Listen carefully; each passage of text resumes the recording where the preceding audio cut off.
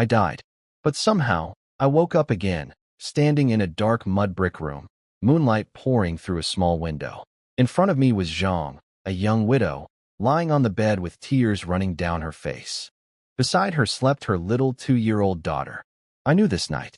I had lived it before. 15 years ago, I came to this woman's room just like this. I didn't think twice back then, I just acted. And that one stupid mistake destroyed everything. My best friend Dai Guzi had set a trap for me. The village militia caught us. My uncle lost his position trying to protect me. My parents died from the shame and pressure. 7 of my family members were gone within 4 years. Zhang's reputation was ruined too. She ended up jumping into the river with her child. All because of that one night. But now I was back. Young again. 19 years old. And it hadn't happened yet. I looked at Dai Guzi's head poking over the courtyard wall, watching and waiting. He had planned this. He wanted to destroy me. Not this time. I told Zhang to put her clothes back on and get ready. The militia was coming. Then I jumped out the window and ran. Lying on a haystack behind the village, I watched the militia leave Zhang's house empty-handed. I squeezed my fist until my nails cut into my palm. This time, I would do things differently. I would protect my family. And I would make Dai Guzi pay for everything he did. When I got home, my uncle Wang Tiezhu and my father were sitting outside smoking. They were surprised to see me back so early. I was usually out until past midnight. I sat down beside my father and stole a puff from his pipe. It felt so good to see them again. 15 years of missing them. And here they were, right in front of me. I told them I wanted to go into the mountains to hunt. My father grabbed my ear immediately, furious. My uncle backed him up. The mountains were dangerous. Last month, several experienced hunters went in and never came back. Wolves, wild boars, howling at night loud enough to hear from miles away. But I didn't back down. I had lived in those mountains for 15 years in my previous life. I knew every corner of them. That's also where I planned to deal with Dai Guzi, quietly, without leaving any evidence. I also warned my uncle about Dai Guzi and his father's plan to frame him and steal his position as team leader. He listened seriously and gave me 1 month to handle it myself. Inside the house, my little brother Zhuzhu was lying on the mud bed, thin as a starved monkey, staring at my pockets hoping for food. It was 1972, and the drought had destroyed everything.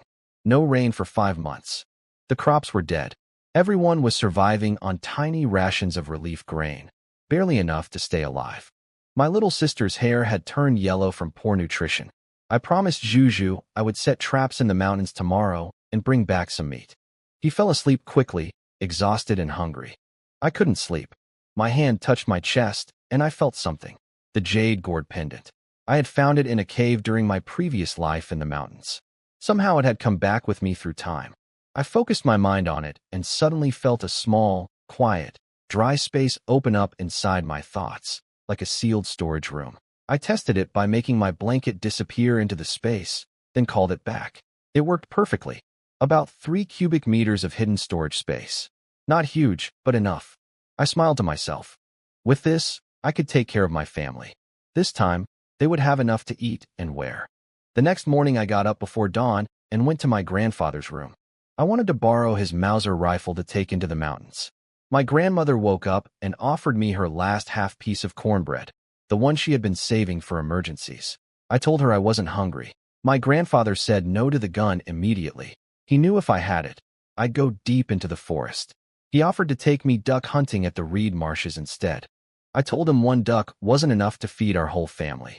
He still refused. I didn't argue. I didn't need the gun anyway. 15 years living alone in those mountains taught me plenty. I grabbed a chopper from the yard and left quietly. Before going in, I picked up some small stones and put them in my pocket. 7 years of practice had made my aim perfect. I could hit a bull-sized target at 30 meters without missing. I also carved a sharp wooden spear from a long branch, better than the chopper against wolves or wild boars. Once inside the mountains, I got to work. I caught a turtle dove with 1 stone without even aiming. I set traps made from vines near pheasant tracks and rabbit droppings. By noon, I had 3 wild chickens and 7 turtle doves stored inside my jade gourd space.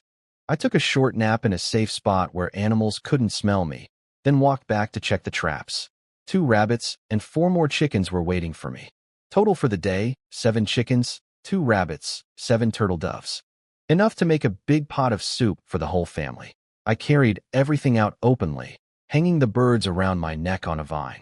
I wanted the whole village to see.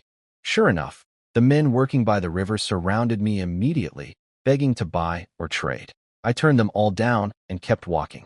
My plan was simple. If I came back loaded like this every day for a few days, Dai Guzi would get jealous and eventually follow me into the mountains. I knew exactly how greedy he was.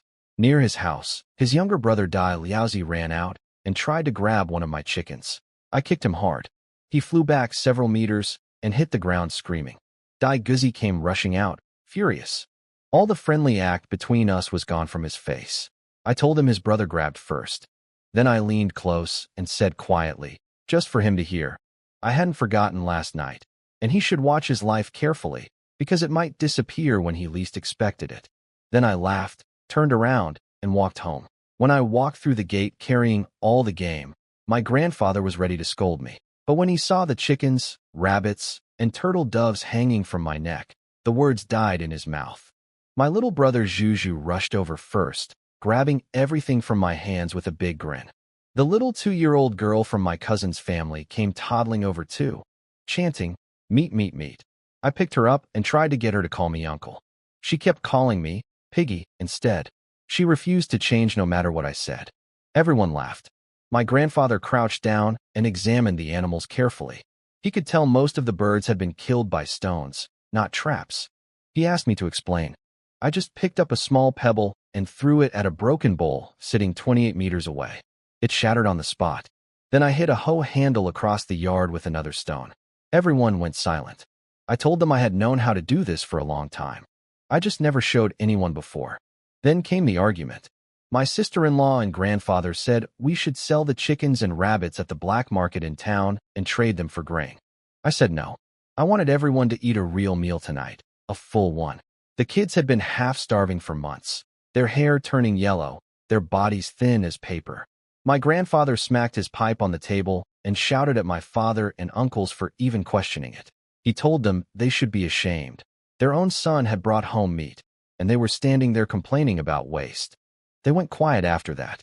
We cooked everything in big pots.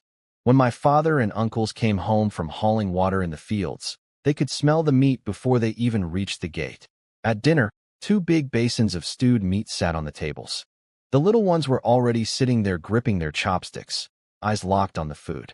I put the biggest chicken leg in the little girl's bowl. Her eyes lit up. She grabbed it with both hands and shoved it straight into her mouth, burning herself but refusing to let go. She said, "Thank you, Piggy," instead of uncle. Everyone burst out laughing again. Watching my family eat that night, hearing the sounds of chopsticks and happy chewing filling the yard, I felt something I hadn't felt in a very long time. Every risk I took going into those mountains was completely worth it. At 1 a.m, gunshots exploded through the village. Then came the sound of bells clanging and children crying. Someone was pounding on our gate screaming. A herd of wild boars had broken into the fields. The last 10 acres of rice crops were being destroyed. My uncle ran out barefoot, face white as paper. If the rice was ruined, he couldn't deliver the grain tax and would lose his position as team leader. I grabbed my chopper and ran after him. He told me to go home. I told him to get to the loudspeaker and warn the village. When I reached the fields, 10 militiamen were shooting at the boars and missing every single one. 30 or more animals were tearing through the rice in every direction. The biggest one, easily 400 pounds, with long white tusks gleaming in the moonlight, was clearly the leader, the wild boar king. My father arrived carrying my grandfather's Mauser rifle. I quickly sent him back home. Someone needed to protect the women and children in case boars reached our yard. He ran back without arguing. Then my third uncle's father-in-law, the old village secretary, showed up with his own hunting rifle. He was 60 years old and still thought he was fighting Japanese soldiers. Nobody could stop him. He fired at the boar king and hit its back leg. That was a mistake. A wounded wild boar is far more dangerous than a calm one. The boar king let out a cry, and the whole herd turned and charged straight at us. The militiamen panicked and ran. Half the villagers threw down their torches and fled. I stayed still. In my previous life, I had killed countless wild boars with nothing but a blade. I wasn't afraid, and I wasn't going to watch my family get trampled. I told my third uncle to take the old man and run. Then I turned to face the herd alone. When the boar king reached me, I grabbed its ears with both hands and jumped onto its back. I locked my legs around it tight and held on. The animal went crazy, spinning and bucking, trying to throw me off. The rest of the herd stopped and circled around, confused. My uncle and my big uncle came running back toward me instead of escaping. I shouted at them to jump in the river where boars can't move well. They ignored me and kept coming. I made my decision. The only way to end this was to kill the leader. I grabbed my chopper from my teeth where I'd been holding it, pressed my legs tighter, and started hacking at the boar king's neck. One cut after another, as fast and hard as I could. Blood and mud covered my face and clothes. I looked like a wild man. The villagers watching from the river couldn't believe what they were seeing. The boar's skin was thick and hardened with pine resin, like natural armor. But I didn't stop. After a full minute of chopping, the neck gave out. The boar king collapsed, shook a few times, and died. The rest of the herd hesitated. I stood up on the dead animal's body, covered in blood and mud, raised my dripping chopper, and screamed at them with everything I had. Then I charged straight at them. The boar herd turned and ran back into the forest faster than they came. I turned around and smiled at my uncle and third uncle. They snapped out of their shock and came running toward me. Everyone climbed out of the river. One man, one chopper, one dead boar king, 30 wild boars chased away. The villagers couldn't stop talking about it. The boar king weighed over 400 pounds. My uncle ordered everyone to wash it in the river and bring it to the threshing ground. In this kind of famine, a boar that size was an enormous gift. The rule was simple. I killed it, so I got half.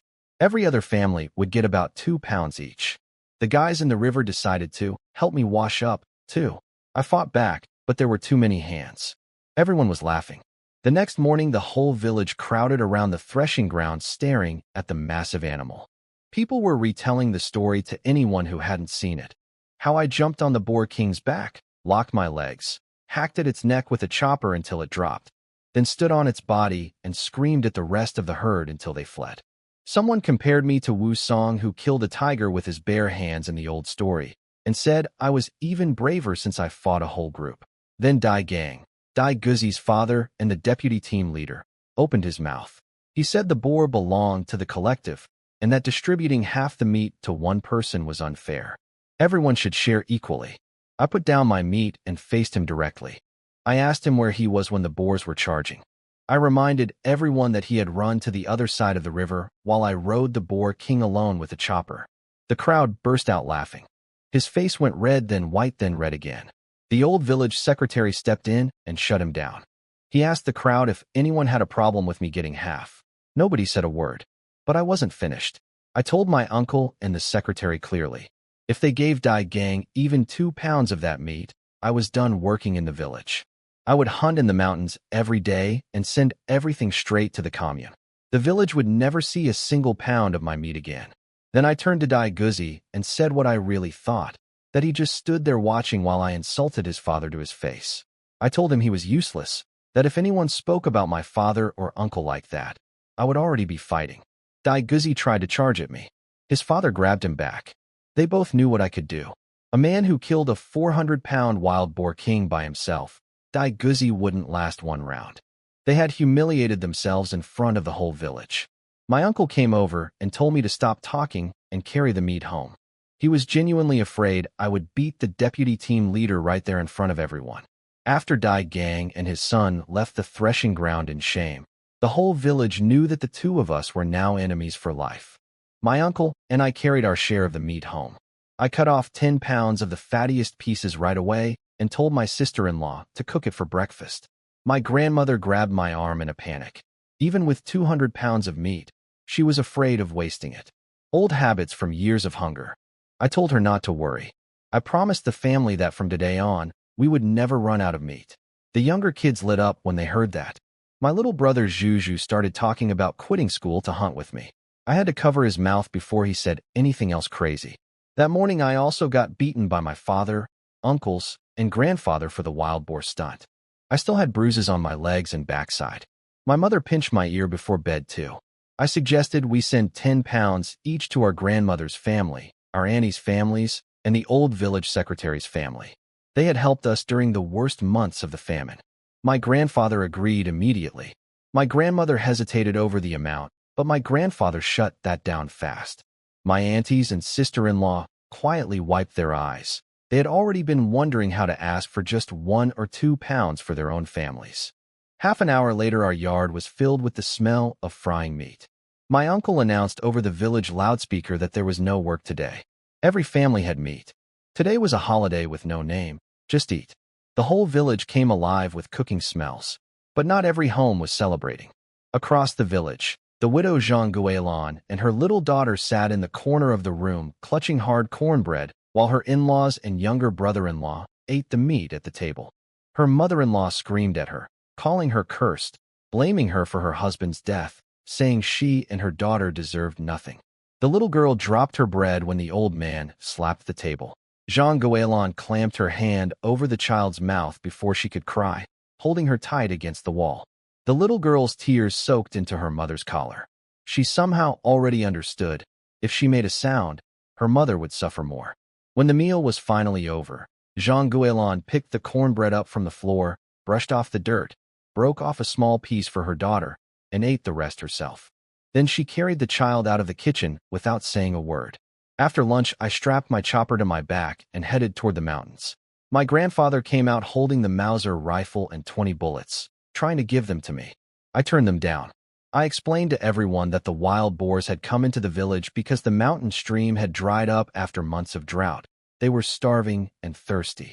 That same herd might come back. The family needed the gun at home to protect themselves. My grandfather agreed and let me go, but told me to be careful and come back early. I reached the outer edge of the mountains in half an hour. Nobody from the village came this close. Wolves howled here at night, and even in daylight people stayed away. I was picking up small stones from my pocket when I heard a little voice in the trees ahead. It was Jean Guélan and her daughter Yaya, crouching in the bushes picking wild vegetables. I called out to her. She nearly jumped out of her skin, and the little girl burst into tears, burying herself in her mother's arms. Jean Guélan went pale. She was clearly still afraid of me from the other night. Out here in the middle of nowhere, there was nobody to hear her if she screamed. I kept my voice soft and told her I was just passing through on my way to hunt. I asked why they were out here picking weeds when the whole village had just received meat. She didn't answer, so I asked little Yaya instead. The child told me simply, Grandma and Grandpa didn't let them eat. They hit them too. Something dropped in my chest when I heard that. In my previous life, I had run into the mountains the night everything went wrong. When I came back 15 years later, my cousin told me that Jean Guélan had drowned herself in the village river just 2 months after I disappeared, with little Yaya on her back. I had always assumed it was because of her ruined reputation. But now I understood. It was the life she was living inside that house. She had simply reached the end of what she could bear. I was the one who caused that night. That mistake was mine, and these two had paid for it with everything. I looked at little Yaya, tiny face, thin as paper, still sniffling. I asked her if she wanted some meat. Jean Guélan grabbed the child and turned to leave immediately. I caught her arm gently and asked her to wait. I told her to think about Yaya. 2 years old, surviving on wild weeds, her small body unable to grow properly on nothing. She turned back to look at me with red eyes and said she had no choice. The family gave them half a cornbread between the two of them. What else could she do? I told her I had no bad intentions. I told her to leave her window open tonight, and I would bring cooked meat for her and Yaya. She stared at me with suspicion for a long moment. I told her plainly, if I wanted to hurt her, I could have done it right here in this forest. I didn't need to wait until dark. She looked down at her daughter. Yaya was looking back up at her with wet eyes, lips pressed together from hunger. Finally, she gave a small nod. I told her to go home quickly. Wolves sometimes pass through this area even during the day. Tonight, I would make sure she and Yaya ate until they were full. I watched until they disappeared between the trees. Then I turned and walked deeper into the mountains. I had a plan for the night. Take meat to the black market in town and trade it for grain. The town market was too small to get much, so I needed to go all the way to the city, a 2-hour walk each way. To make the trip worth it, I wanted to hunt another wild boar. I went straight deep into the mountains, skipping the outer areas where I usually set traps for chickens. I remembered from my previous life that about 2 hours in there was a small stream that never dried up even in droughts. Animals always gathered near water. That was where I would wait. On the way, I spotted rabbit droppings and set 2 quick traps. I also stumbled across a wild chicken nest. The birds scattered, but I collected 12 eggs. After 2.5 hours of hacking through thick brush with my chopper, I reached the stream. Fresh wild boar tracks and droppings everywhere, but about an hour old. I could follow the trail, but by the time I found them and made a kill, it would be fully dark. Getting caught in these mountains at night with only a chopper and a pack of wolves nearby was not something even 15 years of experience could make safe. I climbed a tree instead and waited. 3 hours passed. The sun started going down. Nothing came. I was about to give up and climb down when I spotted movement 50 meters away. 8 roe deer walking slowly toward me. The lead male was big, over 80 pounds. Behind him came 3 females, one of them pregnant, and 4 young ones. I positioned myself on a branch 4 meters up and waited for the 2 lead animals to walk directly below me. When they were close enough, I jumped. I landed between them, locked an arm around each neck, and brought them both down. The rest of the herd froze for 3 full seconds, then exploded in all directions, white tails flashing as they disappeared into the trees. I killed the male first with my chopper, then the female.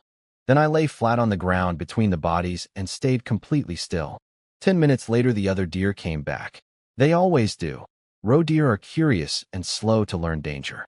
2 of the females and the 4 young ones crept back to within 20 meters and just stared at me. I waited for the non-pregnant female to come close enough. When she bent down and started nudging the dead male with her nose, I sprang up and took her too. The pregnant one screamed and ran with the young ones. I let her go. 3 deer, about 150 pounds total. Roe deer meat is worth far more than wild boar at the black market.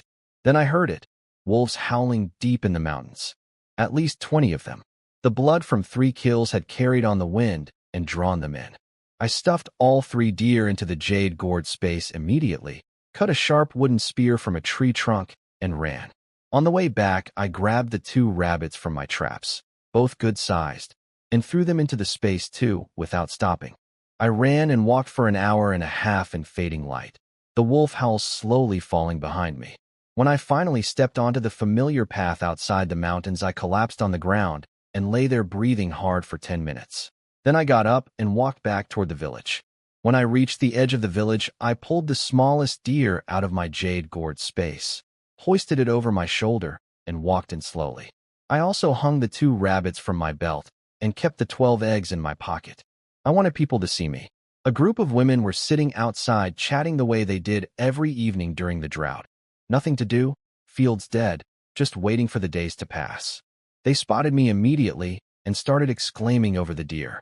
Then one woman, Dai Guzi's aunt, spoke up and asked if the deer was over 50 pounds, because then I would have to give half to the village by the old rules. I looked at her and said something sharp enough to make everyone laugh. She went red and walked away. My point was made. By tomorrow morning, Dai Guzi would know I had taken a deer from the mountains. A few more trips like this and his greed would pull him right into the forest after me. When I got home, my father was already pulling off his belt to hit me.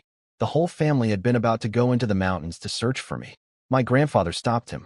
My grandmother held my hand with red eyes and told me not to come home so late again. I gave everyone the rabbits and watched the younger kids cheer. Then I told them they had no ambition, 2 rabbits, and they acted like it was a festival. I pointed toward the gate and told them to look outside. The deer I had left on the ground stopped everyone cold. I told my father and uncles to clean it and cook 1 leg with 2 pounds of wild boar meat. I needed to take it with me. Then I told them I hadn't just caught 1 deer today. 3 total. The largest male was over 80 pounds. I had the other 2 hidden at the edge of the village to take to the black market in the city. The whole family stood there with their mouths open. My grandfather shut everyone down quickly. He told my father and uncles that their combined brains weren't worth as much as mine, and that I was probably bringing meat to a master who had taught me to hunt. He told them to stop questioning me and just be grateful. I nearly laughed out loud. What a perfect excuse. I hadn't even thought of that. Then we talked about the trip. The town black market was too small. I wanted to take all 200 pounds of meat to the city, stay at a guest house overnight, and come back the next day. My grandfather agreed, but insisted my cousin Wang Xiang come with me. He also told my uncle to write a travel permit and have it stamped by the village secretary. I wasn't happy about it. Alone, I could carry everything in the jade gourd space and walk there easily. With my cousin along, I would need to push a heavy cart for 2 hours. But I didn't argue. My grandfather told Wang Xiang to rest up and let me do less of the pushing since I had worked all day. Wang Xiang nodded and went to rest. I went to eat and do the same. At 9 at night, while most of the village was already asleep, I crept to the back of Zhang Guolan's house carrying a large sack. Inside was a freshly cooked deer leg and a good cut of wild boar, still warm from the pot. I tossed a small pebble through the window crack to signal her. A moment later the window opened slightly, and there she was, peering out at me. I threw the sack through the window without a word. It landed with a thud. She opened it, and the smell of meat filled the dark room immediately. She whispered thank you. I told her not to save it. Give it to the child while it was still warm. Then I turned and ran toward the village entrance. Behind me, little Yaya was already bouncing on the bed with excitement. Zhang Guolan told her daughter to eat as much as she wanted, but not to tell anyone, not even Grandma and Grandpa. Yaya nodded with her mouth already full, oil running down her face, eyes curved into happy crescents. I reached the fork at the village entrance and pulled the 2 remaining deer out of the jade gourd space. My cousin Wang Xiang arrived 10 minutes later pushing the cart. He looked at the deer and noticed they were still warm and still dripping blood, even though I had killed them hours ago. I told him it was because of the summer heat. He didn't fully believe me, but didn't push it. He asked about the empty sack. I told him my hunting master would pick it up from the tree later. He kept asking about this mysterious master of mine. I told him to stop asking and keep walking. We pushed the cart for 2 full hours and reached the south gate of the city just past 11 at night. I had been to the city before, but always during the day and never long enough to know where the black markets were. I left Wang Xiang guarding the cart in a quiet alley and went looking for someone to ask. The streets were nearly empty. The only people out were the security patrol, and getting caught trading on the black market could mean prison or worse. I ducked away from every patrol I spotted. Finally, I found a middle-aged man shuffling out of a side alley looking disappointed. I asked him quietly if he knew where the nearest black market was. He told me it was right behind him in that alley. Then I mentioned I was a hunter from the countryside. His whole face changed instantly. He grabbed my arm with both hands. He was the chief of the local police station. Tomorrow there would be an inspection from above, and he had nothing decent to serve the visiting officials. He had spent weeks pulling favors just to get 2 pounds of pork, completely useless for hosting important guests. He offered to buy 1 deer and 50 pounds of wild boar meat at above market price. I told him I didn't want money. I wanted grain. The villages around us were all surviving on relief rations. He thought for a moment, then said he couldn't supply that much grain himself, but he would take me somewhere to make the trade. 1 deer and 50 pounds of pork to him, and he would personally help me exchange the rest for grain. I agreed. He told me to wait and ran off to get help, promising to be back in 10 minutes. I went to get Wang Xiang and the cart. We waited near the alley entrance when 4 rough-looking men from the black market came out and blocked us. They saw the meat on the cart and immediately tried to force us to sell to them at their price. When I refused, the leader rolled up his sleeves to fight. I quietly gripped the chopper on the cart. Then Officer Liu appeared behind them. The 4 men went pale instantly. All their toughness disappeared in a second. He was the local police station chief, the man I had met earlier. He scolded them hard, especially their young boss Xiao Lu, telling him he had been too lenient because of his father, but this kind of behavior would not be tolerated. Then he introduced me to Director Wang from the Red Star Steel Factory, the man who could provide grain in exchange for meat. We pulled back the straw covering the cart. Both men lit up when they saw everything laid out. Over 100 pounds of wild boar meat and 2 roe deer. Even Xiao Lu, who had run the black market for 4 years, had never seen anyone bring this much meat at once. Xiao Lu told us the prices. Wild boar at 1 yuan 20 per pound, roe deer at 2 yuan per pound at 90% yield. Officer Liu and Director Wang immediately started arguing over who got the bigger deer, grabbing at it like 2 children fighting over candy. I stopped them and asked a simple question. How could a factory director and a police station chief be short of meat? Director Wang explained with a tired face. His factory had 5,000 workers doing heavy physical labor. They hadn't eaten meat in 3 months. The cafeteria manager stood outside his office complaining every single day. Even with this whole cart of meat, it wouldn't cover 1 meal for his workers. Officer Liu explained that his superiors were coming for an inspection tomorrow, and he had nothing decent to serve them. He had spent the whole evening searching the black market and couldn't even find a chicken. Wang Xiang and I looked at each other nervously. We were standing in a black market talking to a police station chief. In those times, just seeing a policeman made your hands shake, let alone doing illegal trading right in front of one. We were both trying not to look as scared as we felt. Officer Liu laughed and waved us calm. He said during famine years the authorities looked the other way on small trading as long as nobody caused trouble or got hurt. As long as nobody reported us, nobody cared. He said he was grateful we had helped him and told us to come find him at the station if we ever needed anything in the city. He also asked us to remember him next time we brought good game. I thought about Dai Guzi and his father Dai Gang. They always had money and connections. Dai Gang had been a militia leader and likely pocketed things from the old landlord raids years ago. Having a police chief as a contact would make dealing with them much easier later. I told Officer Liu my name and introduced my cousin. I said he was about the same age as my father, so I would call him Uncle Liu. He laughed and said he was happy to take me as his nephew. After some back and forth, Officer Liu took the big 80-pound deer and 50 pounds of wild boar. Director Wang got the smaller deer and 80 pounds of pork. The two men argued about who got the better deal the whole time, each claiming the other owed them. I finally shut them both up by promising Officer Liu I would bring him the 2 rabbits first thing in the morning. His mood improved instantly. Director Wang said he could not give me all grain since his factory rations were strictly controlled. He offered 10 pounds of rice, 10 pounds of flour, and 50 pounds of cornmeal. It wasn't much, but it was something. In the end, Officer Liu paid me 194 yuan, and Director Wang paid 92 yuan plus the grain. I left the cart with Director Wang and told him we would pick it up and collect the grain in the morning. Before we left, Officer Liu told the young black market boss, Xiao Lu, to look after me whenever I came to the city. Xiao Lu agreed right away. He told me his father and Officer Liu had been partners and close friends. His father had died on duty 4 years ago. I told him I was sorry for bringing it up. He shook it off and invited us to walk through the market. The market had all kinds of goods on the stalls, but almost every seller only wanted grain or meat in exchange. Wang Xiang and I browsed while I kept my eyes open. A man in a leather jacket sidled up and whispered, "Did I want ration tickets?" In those days you needed tickets to buy almost anything at a shop. I had nearly 300 yuan in my pocket, but without tickets it was useless. I looked through everything he had: grain tickets, industrial vouchers, sugar tickets, cloth tickets, oil tickets. I made him pull out what he had hidden in a small pouch sewn inside his underwear too. 2 special supply tickets and 1 premium cigarette ticket.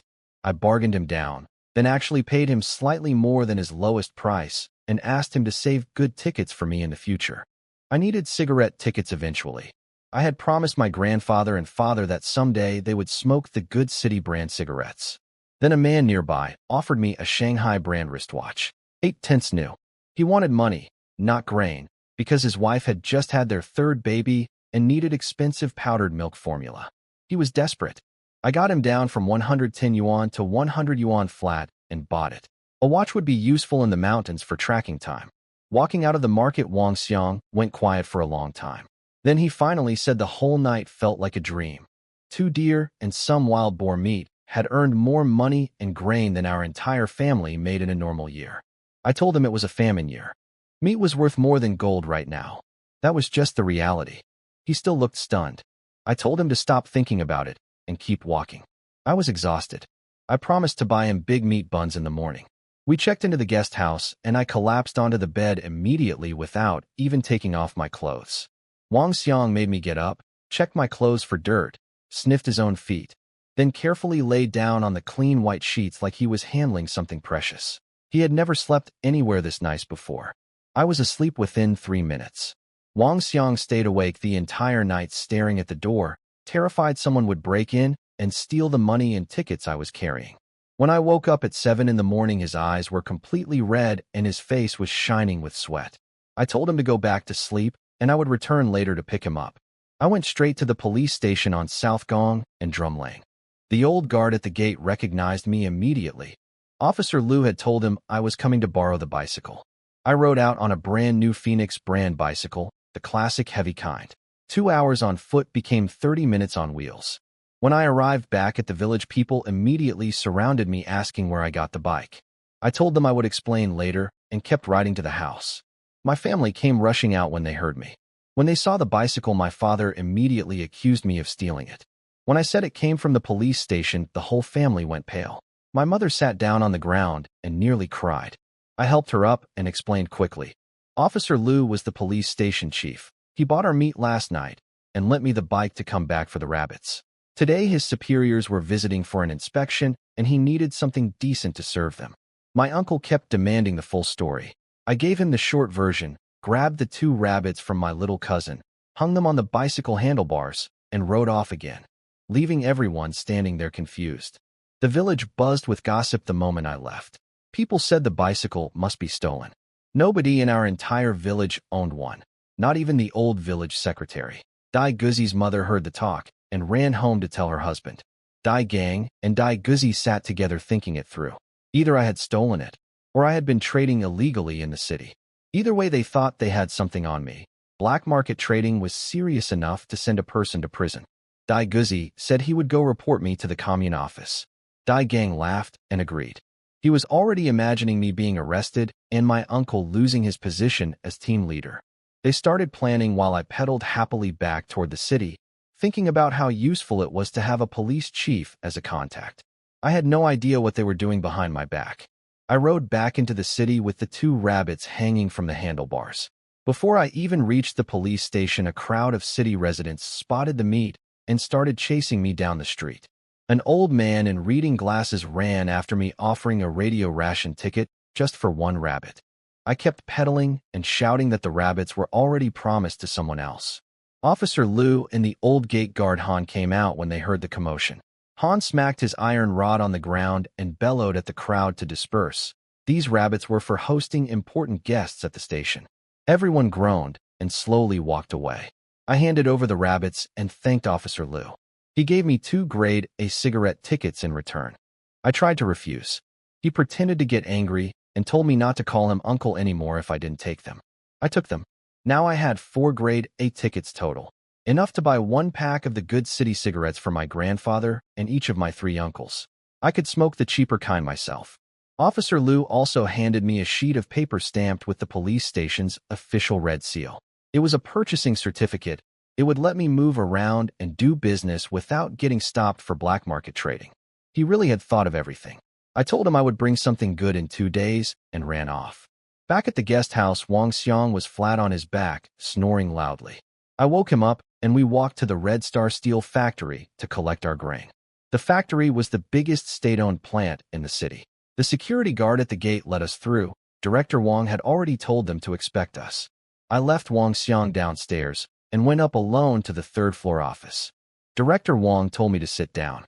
He said the grain was ready, but he wanted to talk to me about something first. He asked if I wanted a job at the factory. I stared at him. Factory jobs in those days were rarer than gold. People spent years pulling every connection they had just for a chance at one. Nobody from our entire village had ever become a city worker. This was the kind of opportunity people fought over. I thought about it quietly.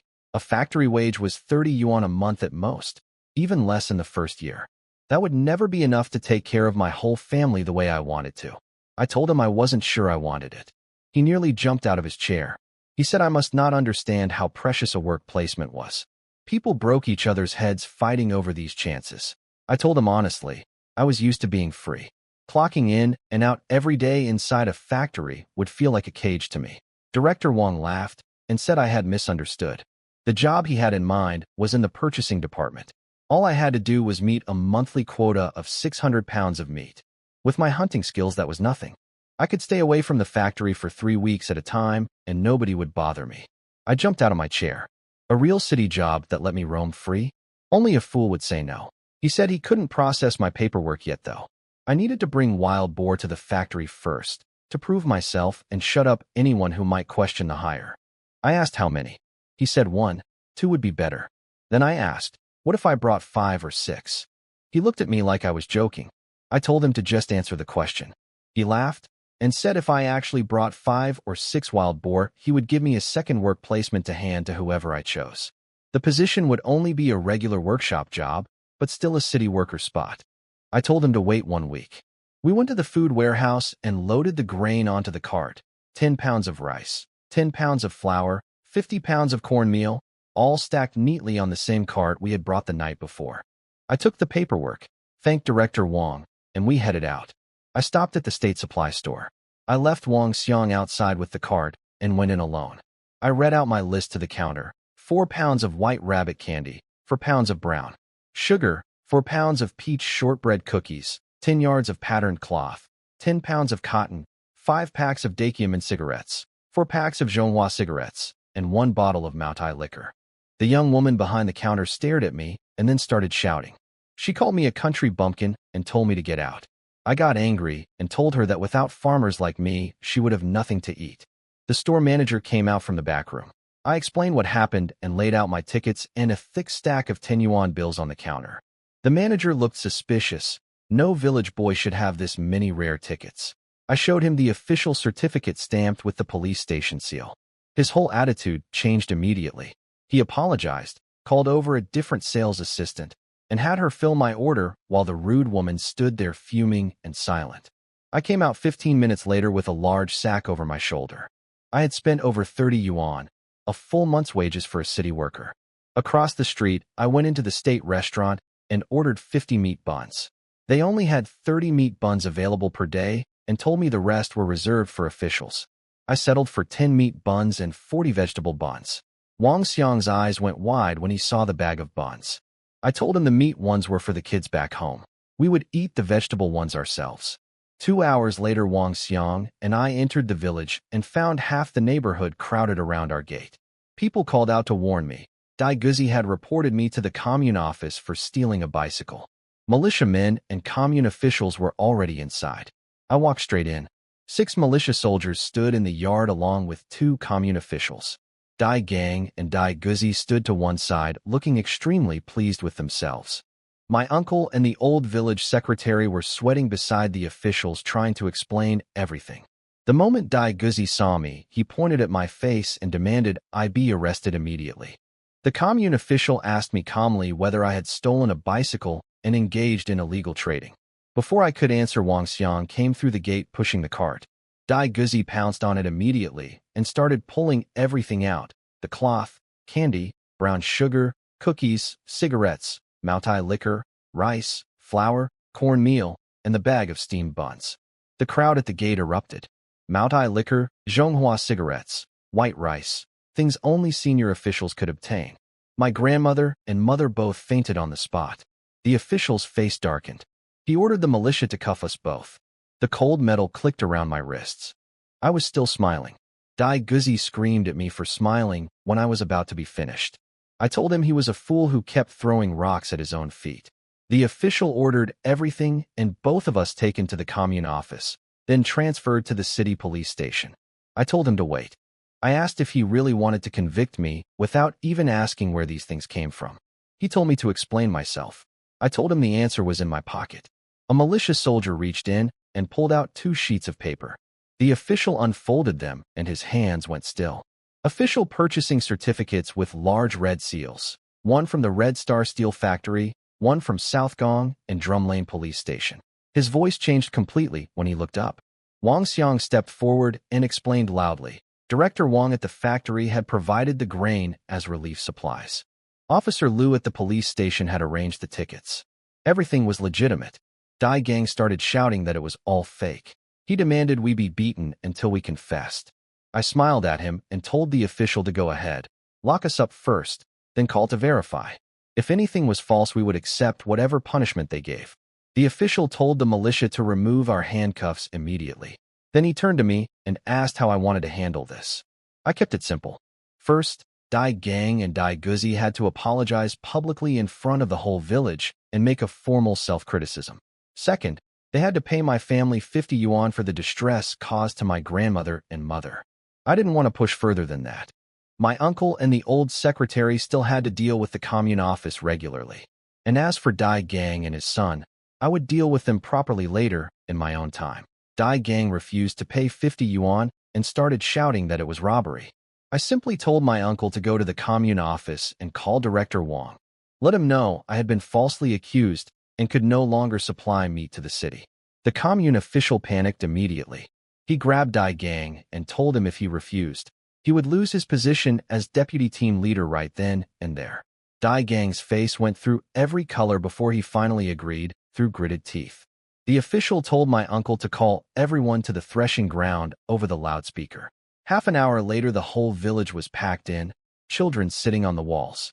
Dai Gang and his son shuffled up with their heads down and mumbled through a self-criticism speech so quiet and hollow that nobody was even listening. I stood up before he finished, brushed the dust off my backside, and told him to bring the 50 yuan to my house. Then I walked home without looking back. By the time I got back, my grandmother and mother had already recovered. My father smacked the back of my head and said I should have shown the certificates earlier instead of letting them faint from fright. My grandmother immediately defended me and pointed out that the fainting had earned us 50 yuan. She had a point. I apologized and handed her 100 yuan from the meat sales, the family share after all the purchases. Everyone stared at the money. I explained again that in the city right now, meat was worth more than gold. Wild boar sold for 1 yuan per pound, roe deer for 2. At lunch, the old village secretary's family joined us. We finished an entire deer. That afternoon, the women spread out all the cloth and cotton on the bed and started sewing winter clothes together. After everything settled, I cleaned and oiled my grandfather's Mauser rifle carefully. Tomorrow, I needed to go deep into the mountains after the wild boar herd. To hunt that many boar, I needed the gun. A chopper alone would not be enough. Late at night, I slipped out quietly with a small cloth bag and went to Zhang Guilan's window. I tapped lightly. She had been awake in the heat, fanning her daughter. She opened the window when she heard my voice. I passed her the bag, white rabbit candies, brown sugar, peach cookies, and 4 big steamed buns from the city. She whispered thank you. I told her it was nothing and left. Inside, Zhang Guilan sat looking at everything spread across the bed for a long time. Her husband had been gone over a year. Many men in the village had watched her since then, but none of them had ever actually looked after her and her daughter. Wang Tiezhu had brought meat, then city goods, all without asking for anything in return. And now he apparently knew important people in the city too. She made up her mind quietly. If he came to her window again, she would invite him inside. Her heart was beating faster than it had on her wedding day. She didn't expect marriage. She knew his family would never agree to that. But she didn't need a name or a title. She just needed someone who would keep them from starving and from being beaten. That was enough. Before dawn the next morning, I slipped out of the house and found my grandmother already awake in the small kitchen, warming up the steamed buns from the city for me to take into the mountains. I told her this trip might take 2 days. Her face went pale immediately. I calmed her down and told her I had found a cave on my last trip. I would block the entrance at night and no wolves could get in. She stuffed 3 buns and a flask of cold tea into my bag and told me not to sleep too deeply. 40 minutes later, I reached the outer edge of the wild boar forest as the sky finished brightening. The ground was torn up everywhere from rooting and digging. Further in, there was not a single blade of grass left. The boars had destroyed everything. The dry stream bed had cracked wide open. The droppings I checked were all hard and at least 2 days old. The herd had left and not returned. That made sense. When I killed the Boar King the night they raided the village, the group of 30 had broken apart. Scattered groups were far harder to hunt than one large herd. I went deeper. By noon, I reached a water source where the tracks split into 5 separate directions. I chose the trail with the most footprints, 4 large boars and 3 young ones by my count. I followed it for 3 more hours through dense undergrowth, the trail getting fresher with every kilometer. I stopped at midday to eat my buns and rest for half an hour. At 5 in the afternoon, I finally found them in a clearing at the edge of a thick grove. 4 adults and 3 young ones, exactly as the track suggested. The largest male was close to 370 pounds. The female was around 300. The other 2 adults around 250 each. The young ones were 50 to 60 pounds apiece. I stopped 50 meters away behind a wide tree trunk, raised the Mauser, and aimed at the smallest young boar. I shouted once. The herd spun around. Before they could react, I fired. 1 shot, clean through the skull. It dropped without a sound. The 4 adults went into a rage and charged straight at me with the remaining 2 young ones. I reloaded fast and dropped the second young one before they closed the distance.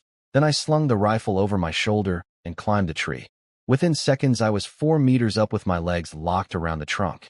The big male slammed into the base of the tree with his tusks over and over, gouging out chunks of wood. All 4 adults took turns ramming it. At that rate, the tree would be down in half an hour. I sat in the branches and kept shooting, targeting the young one first, then working through the 2 mid-sized adults. Every shot hit the skull. The Mauser dropped even a 200-pound animal in one shot. When my 5 rounds were empty, I reached into the jade gourd space for 5 more without moving from my position. The large female took 2 headshots before she went down. The big male took 3. 5 minutes from first shot to last. All 7 animals down. I climbed down immediately and started bleeding the 3 young ones with my chopper. The 4 large adults needed their throats cut halfway through, the only way to properly bleed an animal that size with a blunt-tipped blade. After bleeding all the wild boars and storing them in the jade gourd space, I had about 2 hours of daylight left to find shelter. I followed the return path and found a small natural cave under a cliff face, just big enough to lie down and build a small fire inside. I cut a bundle of mugwort grass for bedding and to keep mosquitoes away, then stacked heavy rocks across the entrance to block anything from getting in. That night, wolves howled from above the cliff, and small stones kept falling. I was too tense to sleep the first half of the night. When the howling finally stopped, the fire had died out, and the mountain cold kept me awake the second half.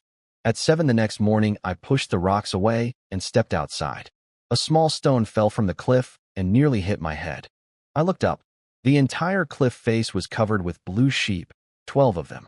They had been driven there by the wolf pack overnight and had nowhere to go. The wolves were still lined up at the top, blocking their escape. I went back into the cave, grabbed the rifle, and started shooting. I knew I could only get 2 shots before they scattered. But with the wolves blocking the top, the sheep had nowhere to run. One by one, they fell from the cliff as I worked through my shots. When 2 small ones panicked and jumped on their own, that gave me 10 total. I stopped there. I had already used 10 bullets on the boars the day before and 8 more on the sheep. Only 12 rounds left. Pushing further would get me surrounded by wolves with not enough ammunition to get out. I stuffed all 10 sheep into the gourd space without even bleeding them and backed away from the cliff with my rifle raised at the wolf pack. They were focused on the remaining sheep and didn't come after me. Once I was clear, I ran hard for 10 minutes straight through brush and vines without caring what cut me. When I stopped to check behind me, the wolves were gone. My legs had a dozen bleeding scratches from the thorns.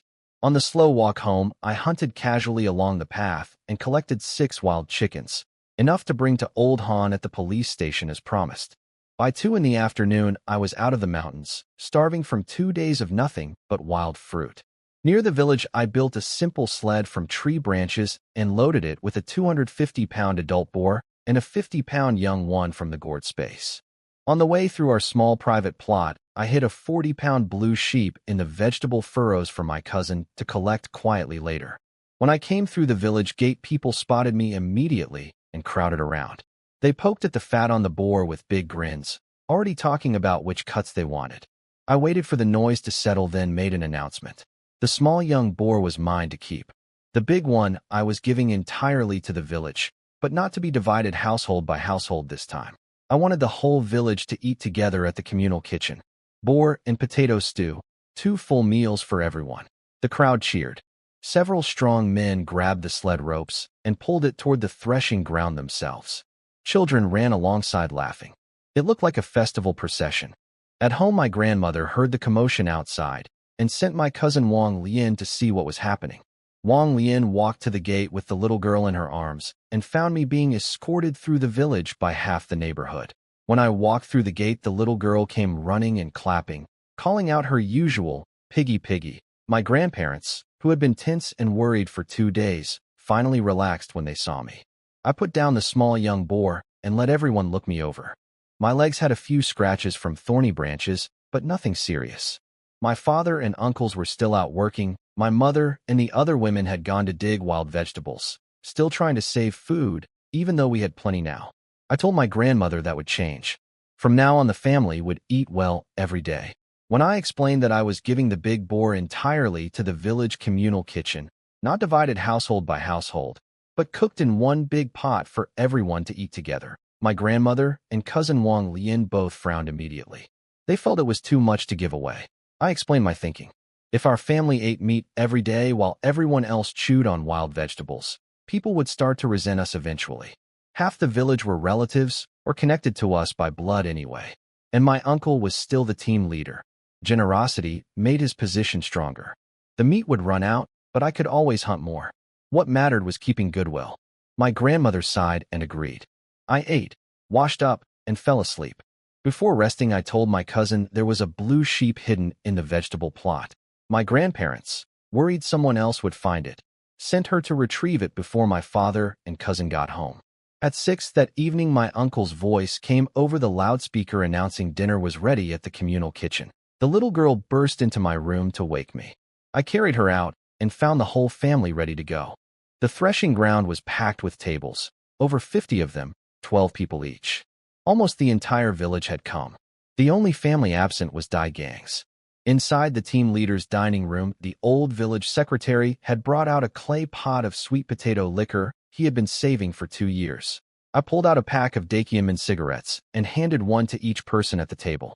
Outside, everyone was eating and laughing. At Dai Gang's house, it was a different scene entirely. The children were crying for meat. The adults sat in silence, chewing hard cornbread, too frustrated to speak.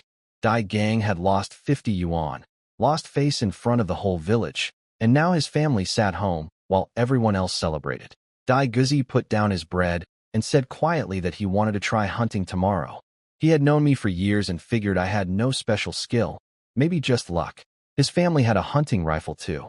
He and his younger brother would go into the outer mountains in the morning, stick to the easier areas, and see what they could find. Dai Gang thought for a moment and nodded.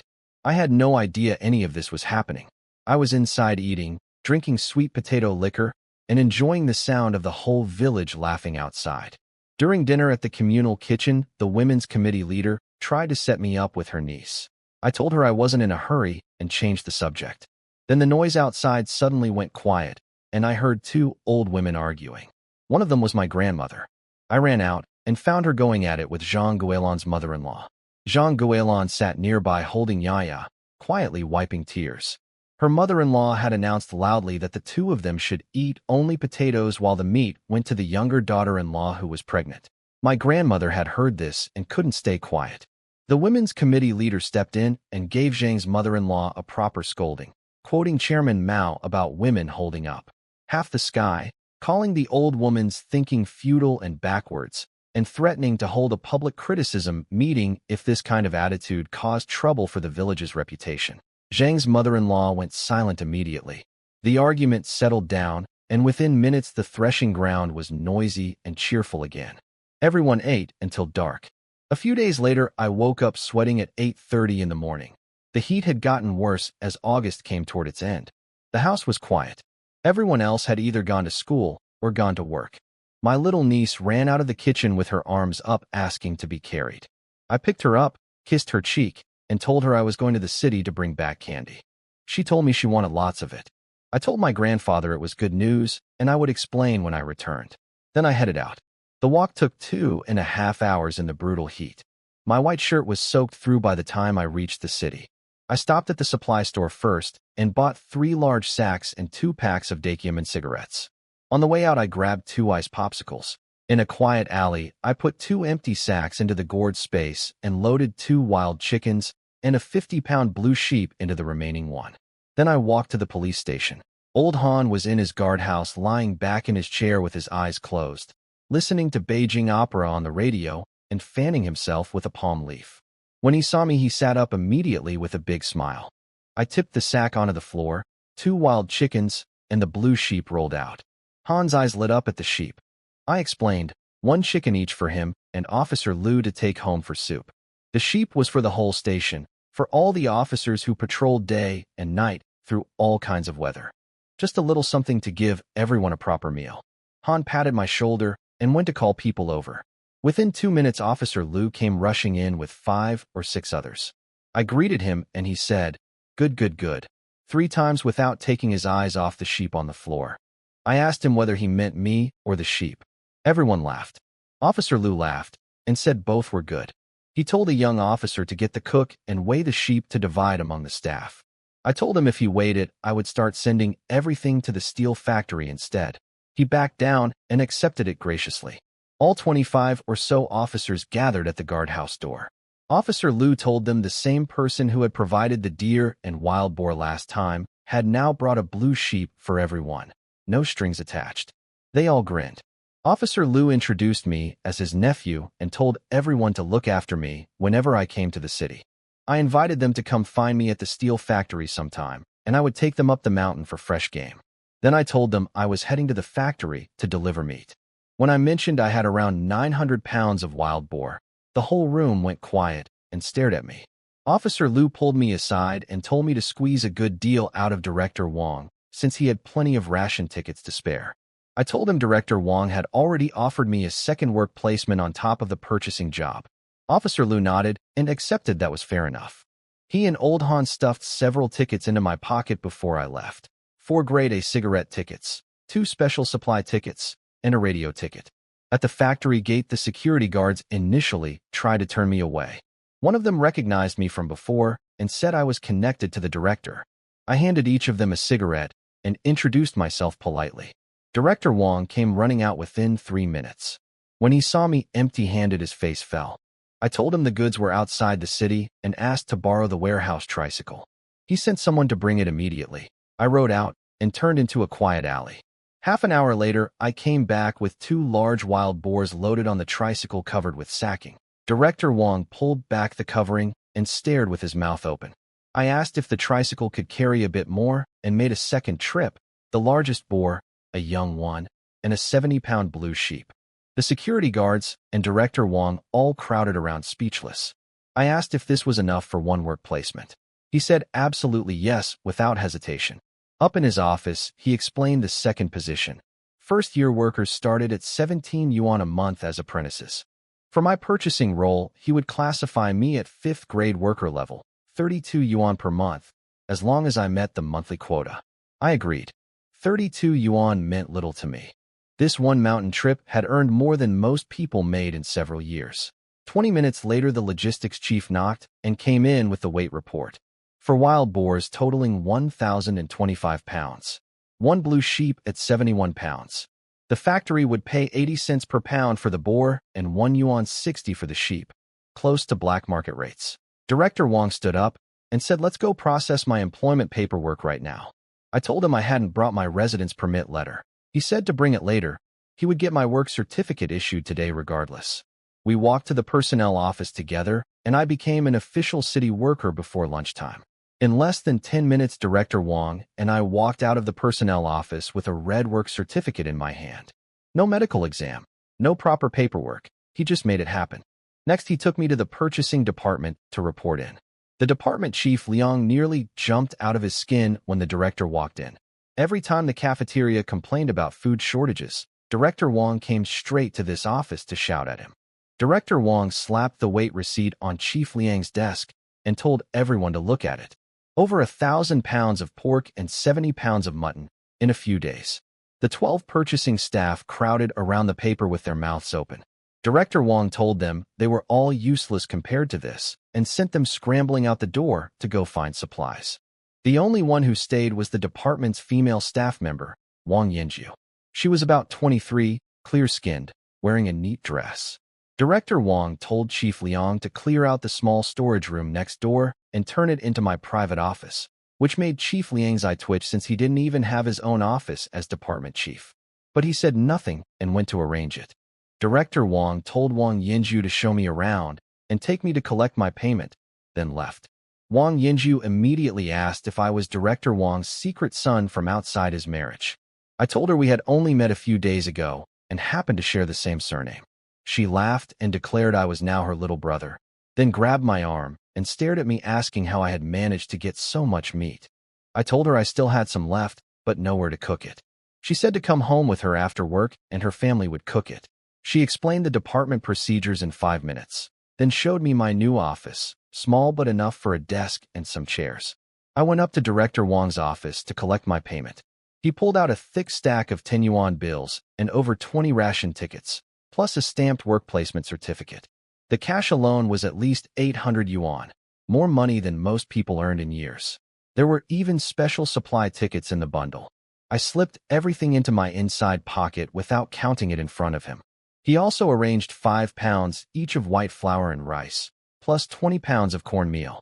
He told me to get my residence permit letter from the village, come back tomorrow, and Officer Liu would help me register my household and get a grain ration book. I thanked him and pretended to leave.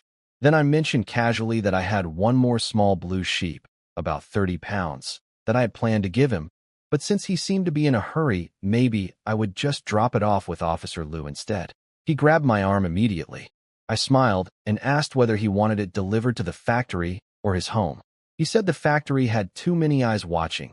Send it to the family building behind the factory, and he would call ahead to have someone meet me downstairs. I said I would be there shortly and headed out. I left the factory and walked until I found a quiet spot with nobody around. I pulled the 30-pound blue sheep out of the gourd space, stuffed it in a sack, and carried it to the cadre apartment building behind the factory. Director Wang's father, a white-haired man in his 70s, was already waiting at the entrance, peering down the road. I helped him carry the sack up 4 flights to their apartment.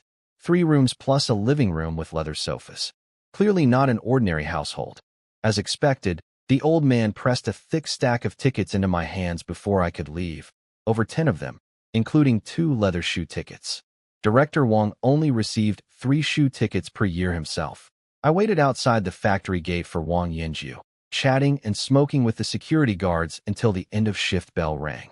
She came shooting out on her bicycle a few minutes later and told me to jump on the back. Riding behind her, I didn't quite know where to put my hands. The scent from her hair didn't help either. I suggested we stop at the supply store first. I wanted to bring something for her family since it was my first visit. She went quiet and told me she lived alone. Her marriage hadn't worked out, and she couldn't have children. I jumped off the bicycle immediately. She stopped and looked back at me confused. I told her a single man and a single woman alone in an apartment in broad daylight was asking for trouble. I handed her the sack with the wild chicken in it, told her to keep the bird, and ran. Behind me, I heard her laugh and say she had noticed me sneaking glances in the office earlier. Apparently, I had the nerve to look, but not the nerve to act. I kept running. With money and tickets in my pocket, I stopped at the department store and bought 2 pairs of trousers, 2 white shirts, and a good pair of leather shoes. Then I remembered Officer Liu had given me a radio ticket and bought in Shanghai brand radio, 100 yuan, the better of the 2 models available. I stopped at the state restaurant for 50 steamed buns, keeping 10 for my mountain trips since the gourd space kept them warm indefinitely, then went to the supply store for candy and a few other things for the family. The sales assistant who had been rude to me last time watched the whole transaction with wide eyes. Her colleague whispered that she would genuinely consider marrying me. The rude one told her not to be ridiculous. The colleague kept staring. The walk home in the afternoon heat was brutal. I was completely soaked through. Halfway there I found a large tree and lay down in the shade for a long nap, cursing myself for not thinking to borrow the factory tricycle for the trip. While I slept peacefully under the tree, back home my third aunt had collapsed by the fields while hauling water in the scorching heat. The whole family was in a panic. My uncle had gone to fetch the village barefoot doctor, one of our Wang clan relatives with basic medical knowledge and some herbal remedies. I had no idea any of this was happening. When I got home swinging a large sack and humming to myself, I found the whole family sitting in the yard with long faces. My grandfather told me my third aunt had collapsed in the fields. My third uncle explained what happened. The village barefoot doctor had come to check on her and discovered she was nearly 2 months pregnant. The heat and hard labor combined with months of poor nutrition had put the baby at serious risk. The doctor said without proper food and rest she might lose it. My third uncle's eyes went red. He said he would survive on half a cornbread a day if it meant the baby could be saved. The doctor said that good food and proper rest could help, and that getting her to a hospital for proper care in the next few days was essential. I asked my grandmother if the grain I had brought home was already finished. She said no, they had barely touched it. They were saving it. That made me both frustrated and upset. I had come back to this life specifically so my family could eat properly. My aunt was carrying a child and still going hungry because everyone was too careful to use what we had. My third uncle asked quietly if the fine grain could go toward helping his wife recover.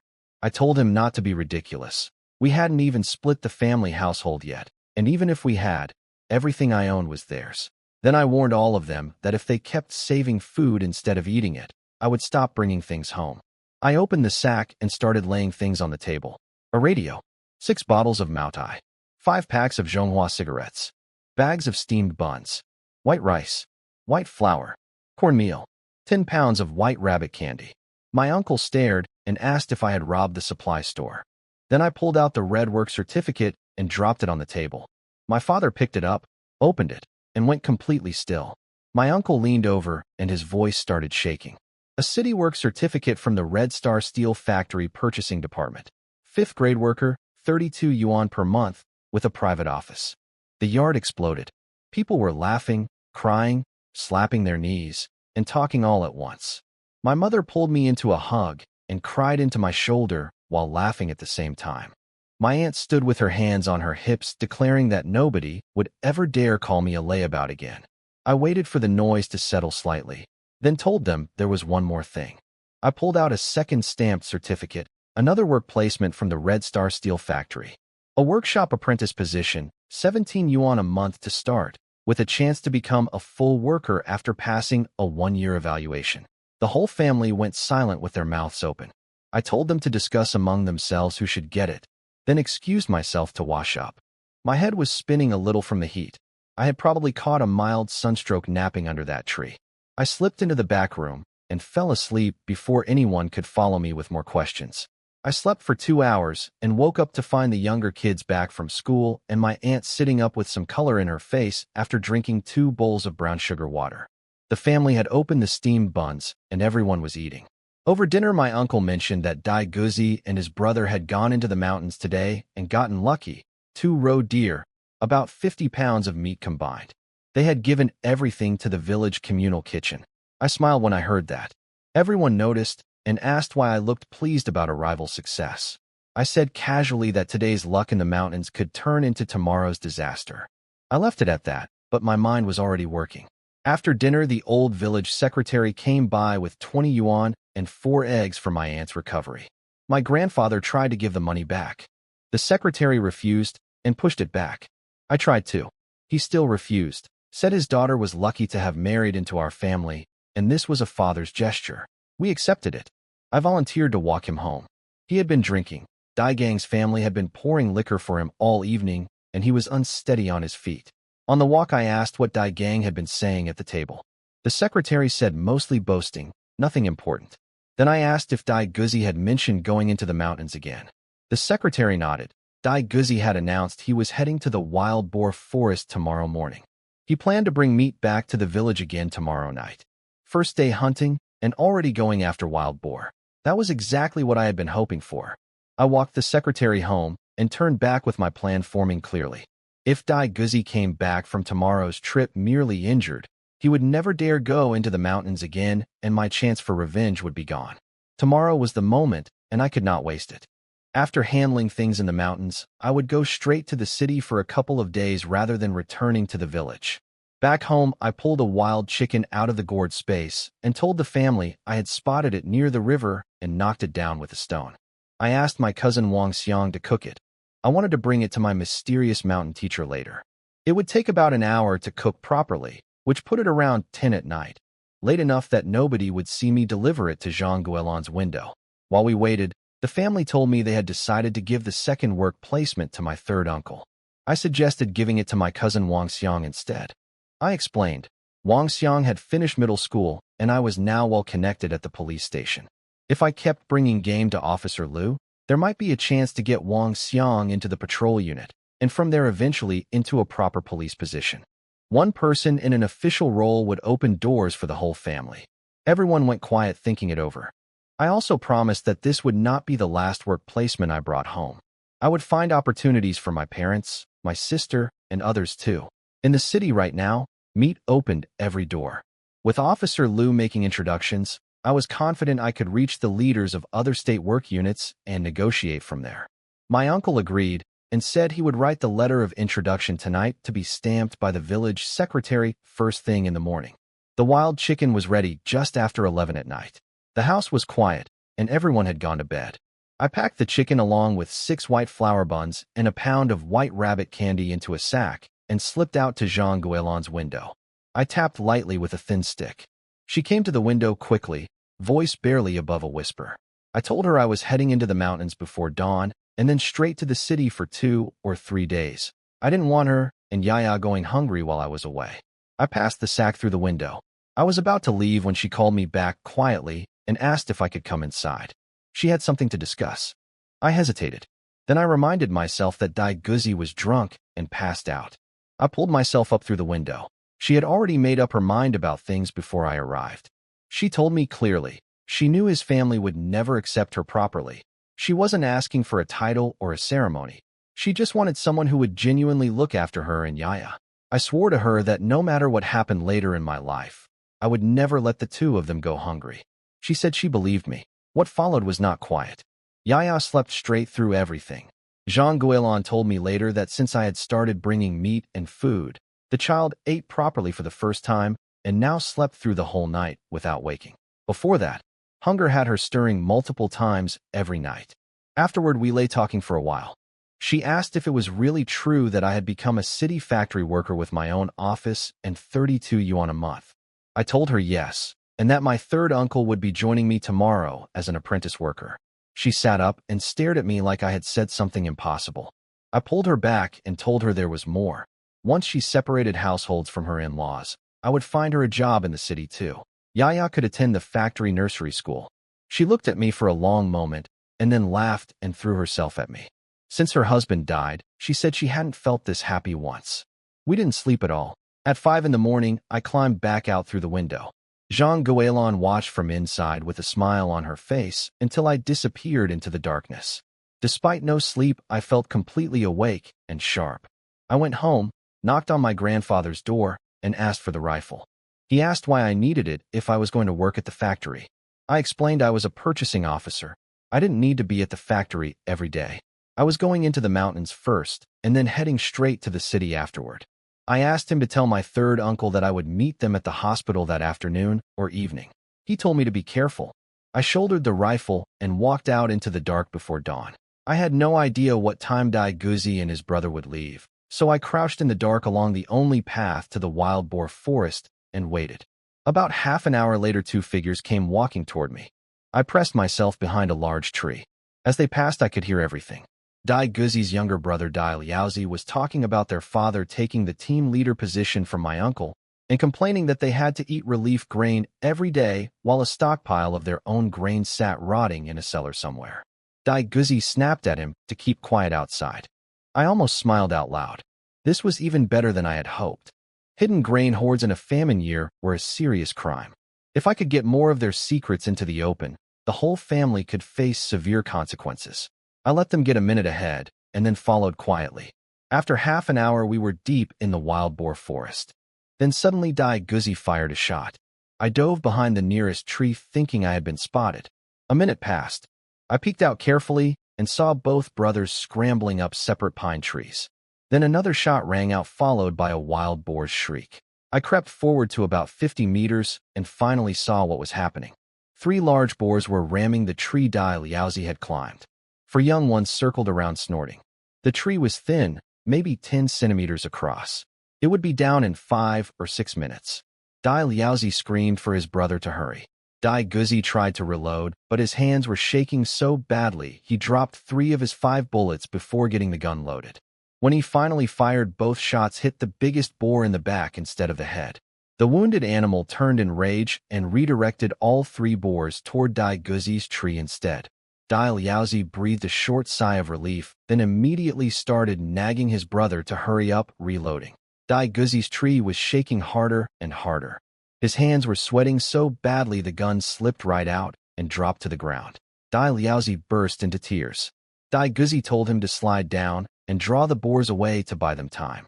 Dai Liaozi started climbing down, looked back, made eye contact with the largest boar, and immediately scrambled back up screaming. I had been watching all of this from 50 meters up in the tallest pine tree nearby. I could not hold it in any longer and burst out laughing. Both brothers spun around trying to find the source. I called out and told them exactly who it was. Dai Guzi spotted me in the tree and went pale. He had lost his gun, 3 wild boars were destroying his tree, and now I was sitting up in the branches 50 meters away with a loaded Mauser pointed in his general direction. I laughed and told him he was finally getting what he deserved. Dai Liaozi started crying and begging me to save them, saying their family had money and would pay whatever I asked. Dai Guzi stayed quiet. I could see him staring at his rifle on the ground below. Then he jumped. He grabbed the gun and turned to face me. But before he could raise it, the largest boar hit him from the side and sent him flying 3 meters. The tusks went straight through his stomach. He was dead before he hit the ground. Dai Liaozi screamed his brother's name. The 3 boars didn't stop. I called out to Dai Liaozi and told him I would save him and take him back to the village if he told me where his family hid their money and grain. He didn't hesitate for even a second, told me everything. A hidden compartment under a small wooden door in the cellar floor for the grain. The kitchen water vat moved aside to reveal an entrance where the money was buried. Then his shouting drew the boars back to his tree. He screamed at me to shoot. I called back that I had forgotten to bring bullets. The tree snapped. He fell. The boar caught him before he hit the ground. I waited until it was over, then raised the Mauser and dropped all 4 young boars with 4 shots. The 3 adults charged my tree. 3 more shots each found their mark. The forest went quiet. I climbed down and spent several minutes picking up every shell casing from the ground. Not a single trace could remain. Dai Gang would send people up here when his sons didn't come home tonight. I collected all the boar carcasses into the gourd space. Beside Dai Liaozi's body, I found a sharp hunting knife, useful for skinning. I left the double-barreled shotgun where it was. Taking it would raise questions. I looked at what was left of Dai Guzi without feeling anything. I told them both to wait in hell for their father. He would be joining them soon enough. I walked out of the forest, found a hidden hollow, and processed the animals, 4 young boars totaling about 100 pounds, 3 large adults at 750 pounds combined. I also took out a blue sheep from the gourd space, skinned it, and broke it into 4 pieces. I selected a 220-pound boar and cleaned that one too for the city. Everything else went into the hollow, and I covered it with dirt. At the river, I washed the blood off completely, changed into my new shirt, trousers, and leather shoes from yesterday, and headed straight for the city. I arrived around 10 in the morning, dropped off my letter of introduction at the factory, and collapsed into my office chair, barely able to breathe. Wang Tiezhu appeared in the doorway almost immediately and asked if someone had been chasing me. I told her even if I were a thief, I would only rob her house. Had she seen a thief as good-looking as me? She shot back that she would leave her door unlocked tonight then. I ignored that and asked about my sack. She said forget the sack, come get it tonight if I dared. She would let me take her along with it. I fled to the barber shop down the road. A short haircut later, 2 cents without a haircut ticket. Paired with the white shirt and leather shoes, I looked considerably more like a city person and considerably less like the village troublemaker I used to be.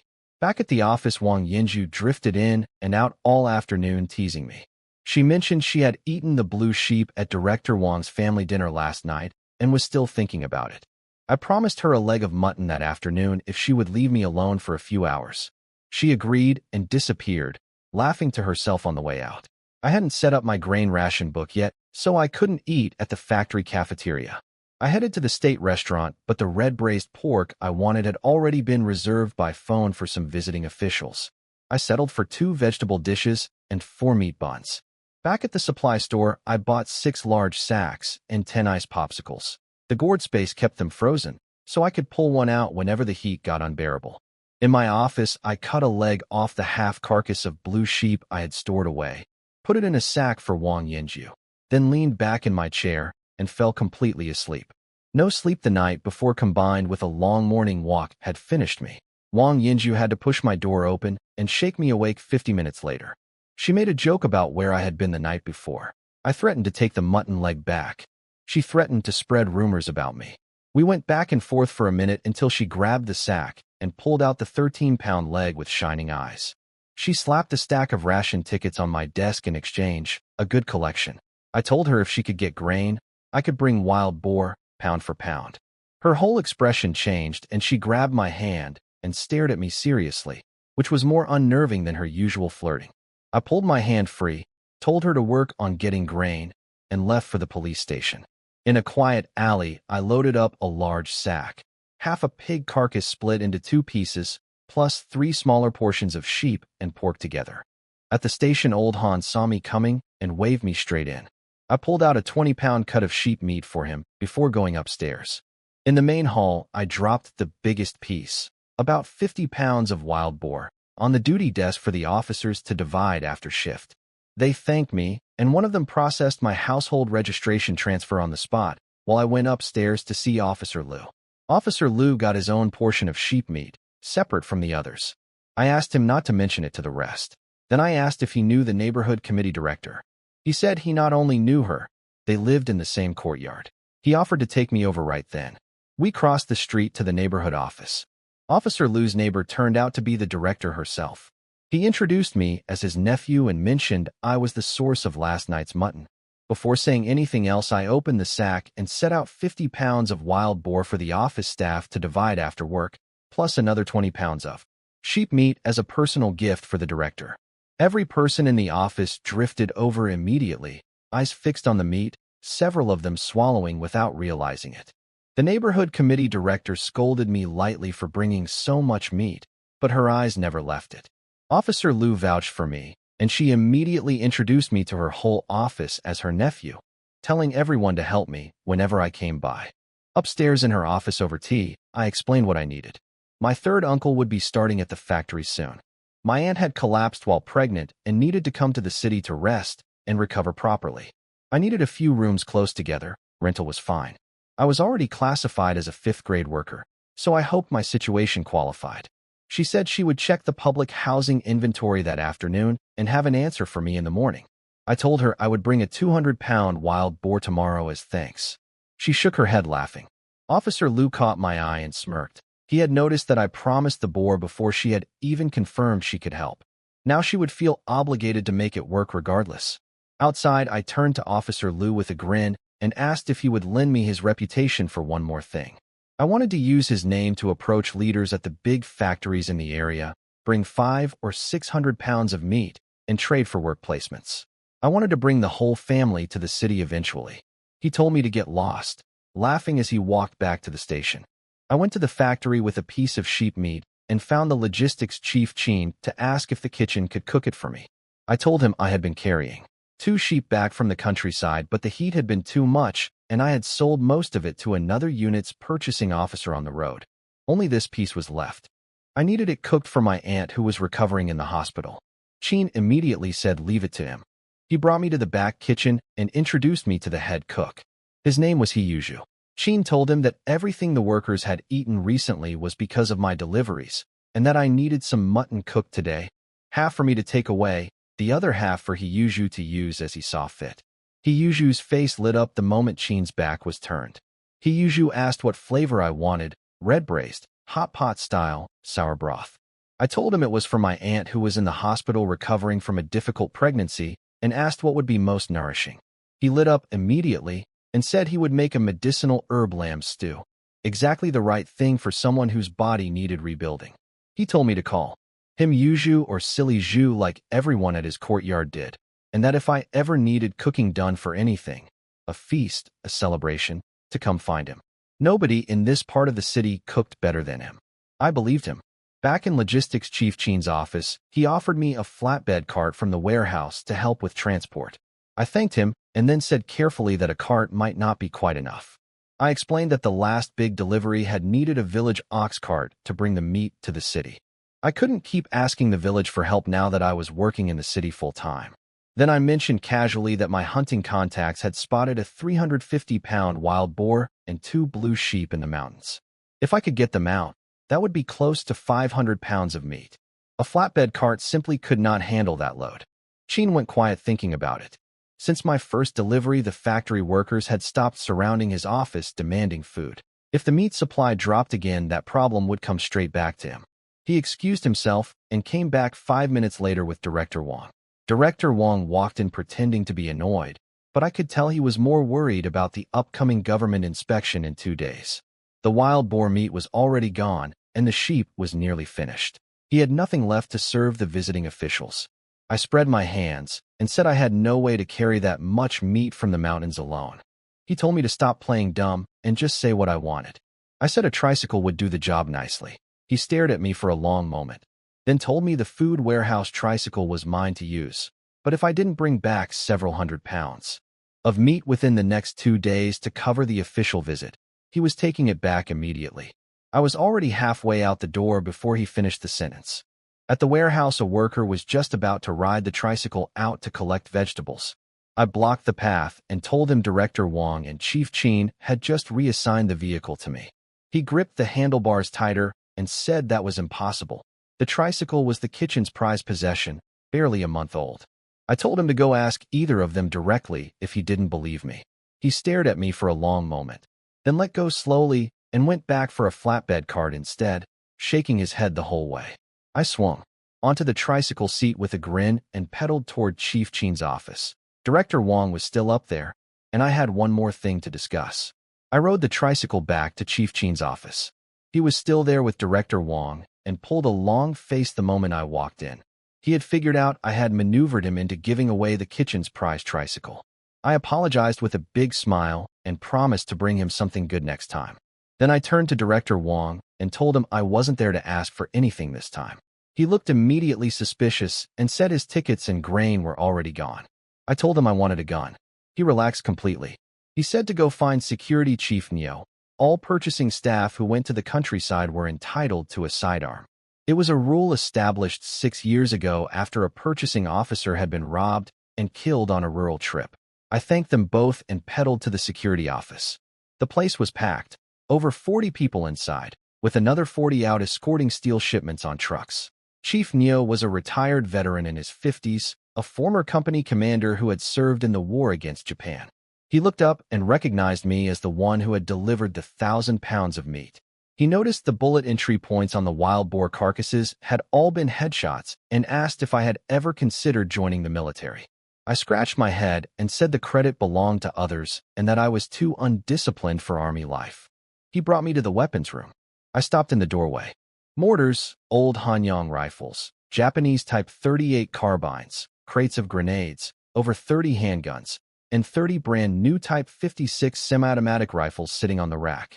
I asked immediately if I could have one of the Type 50 SIXS. Neo said absolutely not. Purchasing staff only qualified for handguns. I offered him 30 pounds of blue sheep meat and a young wild boar. He said no, then paused. His daughter had just given birth and had barely any milk. His grandson was crying from hunger. The only nutrition she had received was one old hen.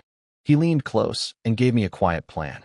Go to Director Wang and complain that a handgun's range was too short for the open countryside, where everyone could see the meat on the tricycle. When the director refused on grounds of regulations, push back. He would eventually bring me back here to discuss it with Neo directly, at which point Neo would suggest giving me one of the older Type 50 SXS, framing it as a deterrent rather than a combat weapon. Nobody could argue with that. I stared at him. This man was more devious than I was. He assured me it would be at least 80% new condition with no jamming. I thanked him, left 2 packs of cigarettes for the security team, and turned to go. He called after me. Did I not want the handgun I actually qualified for today? I could take that immediately while waiting for the longer plan to play out. I filled out the form and walked out with a 12-round pistol and 20 bullets. 20 bullets wasn't much against a wolf pack, but better than nothing. The medicinal lamb stew needed another hour on low heat. I went back to the purchasing office to wait. I expected Wang Tiezhu to appear immediately and start teasing me, but her desk was empty. Chief Liang said she had taken the afternoon off. She was almost certainly out somewhere trading for grain and ration tickets, hunting for the pound-for-pound meat exchange I had promised her. Tiezhu's cooking was everything he claimed. One sip of the broth and I wanted to drink the whole pot. The wild sheep smell was completely gone, just clean, rich, savory meat with a faint herbal sweetness from the medicinal ingredients. I told him he was hired for any future feast I ever hosted. He grinned and said he would give me a good price since we worked at the same place. I loaded the whole clay pot onto the tricycle and pedaled toward the factory gate. Wang Tiezhu came cycling in from the opposite direction, looking flustered. I tried to use her own style of teasing back at her. She immediately topped me with something so bold I lost my balance on the tricycle and fell off. She helped me up laughing and then got serious. She had spent her afternoon off collecting grain and tickets for our exchange. 100 pounds of rice, 100 pounds of flour, 6 grade A cigarette tickets, for special supply tickets, 50 pounds of grain vouchers, and 20 pounds of sugar tickets. I stared at her. That was more than I had gotten from Director Wang in exchange for over 1,000 pounds of meat. Her uncle worked at the grain station, which explained it. She wanted at least 50 pounds of sheep meat in exchange, with wild boar covering the rest. I told her I needed to go to the hospital first and would come to her place at 11 that night. She gave me her address, Courtyard House number 66 behind the supply store. At the hospital, I found my third uncle sitting beside my aunt's bed. The doctor had said she was severely malnourished and needed either 2 weeks in hospital or daily glucose 4 drips to save the pregnancy. With proper nutrition, the baby should be fine. I set the clay pot on the bedside table and lifted the lid. The smell hit the whole 6-person ward instantly. I scooped out a full bowl of meat and broth for my aunt and told her not to save any of it. This was exactly what her body needed right now. There was more at home. The other 3 women in the ward were all recovering from childbirth. One family was surviving on 2 eggs and cornbread from relatives. Another had millet porridge and egg custard. The third had money and had already received a bowl of chicken soup from the mother-in-law. The husband of the third family, about 22 years old, smiled and offered me 7 pounds of national grain vouchers plus 2 industrial tickets for some of the lamb. I told him we were all sharing a room, so we were practically neighbors, and ladled a bowl each for all 3 women without taking anything in exchange. They all thanked me. The poorest woman held her bowl with both hands and said that in times like these, a mouthful of meat with actual oil in it made someone a genuinely good person. Then the door banged open. The middle family's mother-in-law came in dragging a 6-year-old grandson. The boy smelled the food immediately and started pulling at the old woman's arm demanding meat from my aunt's bowl. The grandmother walked straight to the clay pot on the cabinet and asked if there was more inside and whether she could have a few pieces for her grandson. I told her no. This was medicinal food prepared specifically for my aunt who was trying to keep her pregnancy. My third uncle and I had not even taken any for ourselves. There was nothing to spare. The grandmother's face darkened and she raised her voice immediately, spraying spit everywhere. She said my aunt was obviously going to give birth to a useless girl and didn't deserve good food. Her grandson was going to be a government official someday and deserved the meat far more. My aunt's face went white. My third uncle stood up with his fists clenched. They already had 2 daughters and desperately wanted a son this time. Then the grandmother threatened to report us to the Revolutionary Committee for bourgeois behavior. Cooking that much meat, she said, was special treatment. She said we could all end up in prison. That word, bourgeois, could get people killed in those days. The room went completely quiet. I stepped forward and slapped her twice across the face. She collapsed onto the floor wailing. Her son jumped up ready to fight me. Then the man who had offered me grain tickets earlier stood and identified himself as a government worker. He told the grandmother that calling people bourgeois without cause was slander, that men and women were equal under law, and that he would go downstairs and call the police right now to take her in for verbally abusing a woman in hospital. She grabbed the crying boy and shuffled out without another word. My aunt wiped her eyes and thanked me quietly. I told her not to take it to heart. Whatever the baby turned out to be, we would love them the same. By evening, my aunt had eaten her fill and fallen asleep. I took my third uncle out for dinner at the state restaurant. No meat available for ordinary customers, so we ordered peanuts, a bottle of good liquor, 3 vegetable dishes, and meat buns. Afterward, I gave him 30 yuan and 20 pounds of grain vouchers, then headed toward the guest house. I had 2 hours before my 11 o'clock meeting with Wang Tiezhu. Too short to sleep safely, so I went to the black market instead. At the entrance, the 2 guards recognized me immediately. I asked for Xiao Lu. He was out celebrating his grandfather's 80th birthday. I handed the guards a young wild boar and told them to roast it for a late-night snack after the market closed. They were thrilled. Then I asked if anyone in the market sold rifle ammunition, specifically 7.92mm rounds for the Mauser. The old man's supply was nearly gone, and I needed to stock up before the next mountain trip. One of the guards led me through several narrow alleys to a small courtyard and knocked. A man with a long scar running from his eye to his chin opened the door, checked both directions, and let us in. Inside the woodshed behind stacked firewood, he had 7 crates of ammunition, a collection of old rifles, several handguns, and a scattering of other military equipment. My eye went straight to something sitting on top of one of the crates. A 4x magnification scope. My grandfather's rifle had once had one just like it. I had broken it as a child. Scarface noticed my reaction and looked at me differently. Most hunters who came for bullets didn't know what a scope was. I told him my grandfather had been a military sniper and used one on his Mauser. He said he'd had a matching rifle, but a hunter bought it last year. I asked how much for the scope. He said he didn't want money, he wanted meat. 30 pounds of wild boar. I told him I had 2 young wild boars adding up to over 40 pounds and offered to go get them. He said give him 5 minutes, and he would get everything ready. I loved the scope immediately. With it mounted on the Mauser, I could use it as both a telescope and a precision sight, which meant I could go after much bigger and more dangerous game deeper in the mountains. Scarface was so pleased about the meat that he threw in 50 rounds each of Mauser ammunition and pistol rounds for free. I thanked him and left. Back at the guest house, I locked the door, pulled the curtains shut, and spent half an hour fitting the scope onto the rifle and turning it over in my hands. It was a perfect fit. I just needed a screwdriver to tighten it properly. That could wait until tomorrow. This Mauser was now a proper sniper rifle. I put it away reluctantly and checked the time. Almost 11. I rode the tricycle to Wang Tiezhu's courtyard. From a distance, I could see a figure in a white dress with her hair loose drifting back and forth in front of the gate. If I hadn't known it was her, I would have turned the tricycle around and pedaled away as fast as possible.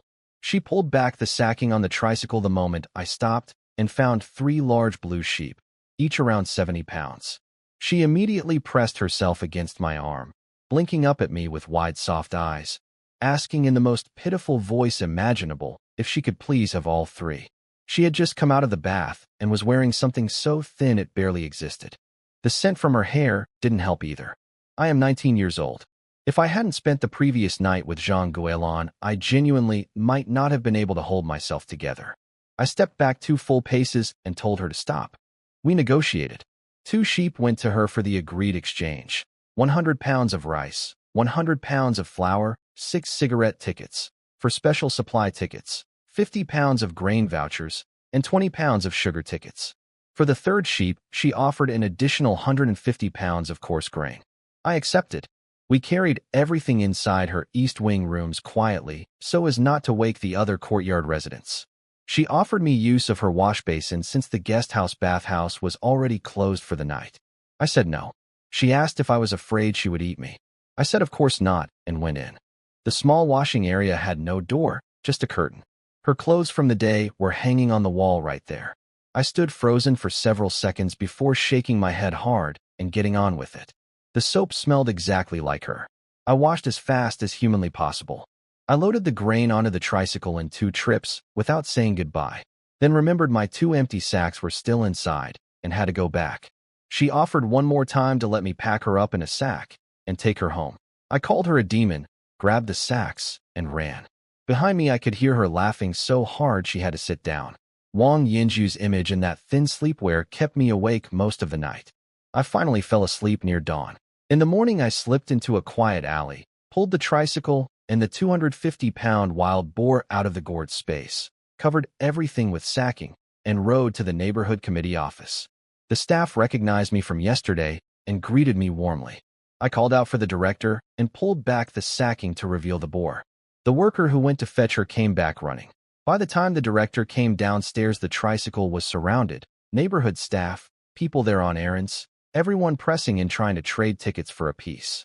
The director had to push through the crowd and shout that the animal was reserved for hosting officials. People grumbled and slowly dispersed. She took me upstairs and made tea. I told her not to weigh the animal or pay me anything. If she tried, I would take it back and find my own housing. She laughed and said fine, she would accept the favor. Then she told me the situation. Empty rooms in the area were plentiful, but connected rooms were rare. 2 adjoining rooms was the most she had found, which wasn't enough for what I needed. However, she had a distant relative in South Gong and Drum Lane who owned a small private courtyard house, number 96. 6 rooms total, including side chambers, all private property. The owner's son had settled abroad and wanted his father to come live with him. The old man needed to sell quickly.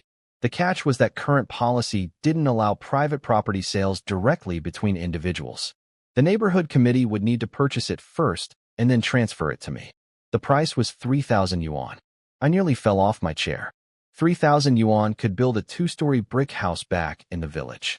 But buying a courtyard house in the city, even a small one, for that price was extraordinary value. I told her I couldn't produce 3,000 yuan immediately, but asked for 10 days. She said the neighborhood committee didn't have the funds to buy it first either. I would need to deal with the owner directly. She took me to meet him herself. I pulled a young wild boar out of the gourd space in a side alley, put it on the tricycle, and arrived at number 96 to find the gate already open. The courtyard was spacious with solid gray brick throughout, recently repaired. No leaks anywhere. 3 rooms with heated brick beds. I handed the old man the young boar as a first visit gift. He held it up and turned it over happily, unable to hide how pleased he was. I looked through every room carefully, then made my offer. 800 yuan today as a deposit, the remaining 2,200 within 10 days. The old man said 20 days was fine too. He wasn't in a hurry. He didn't even need a deposit. The director encouraged him to take something so I would feel secure in the deal. He agreed to accept 100 yuan, with the condition that if I failed to pay the balance within 20 days, the deposit was forfeit.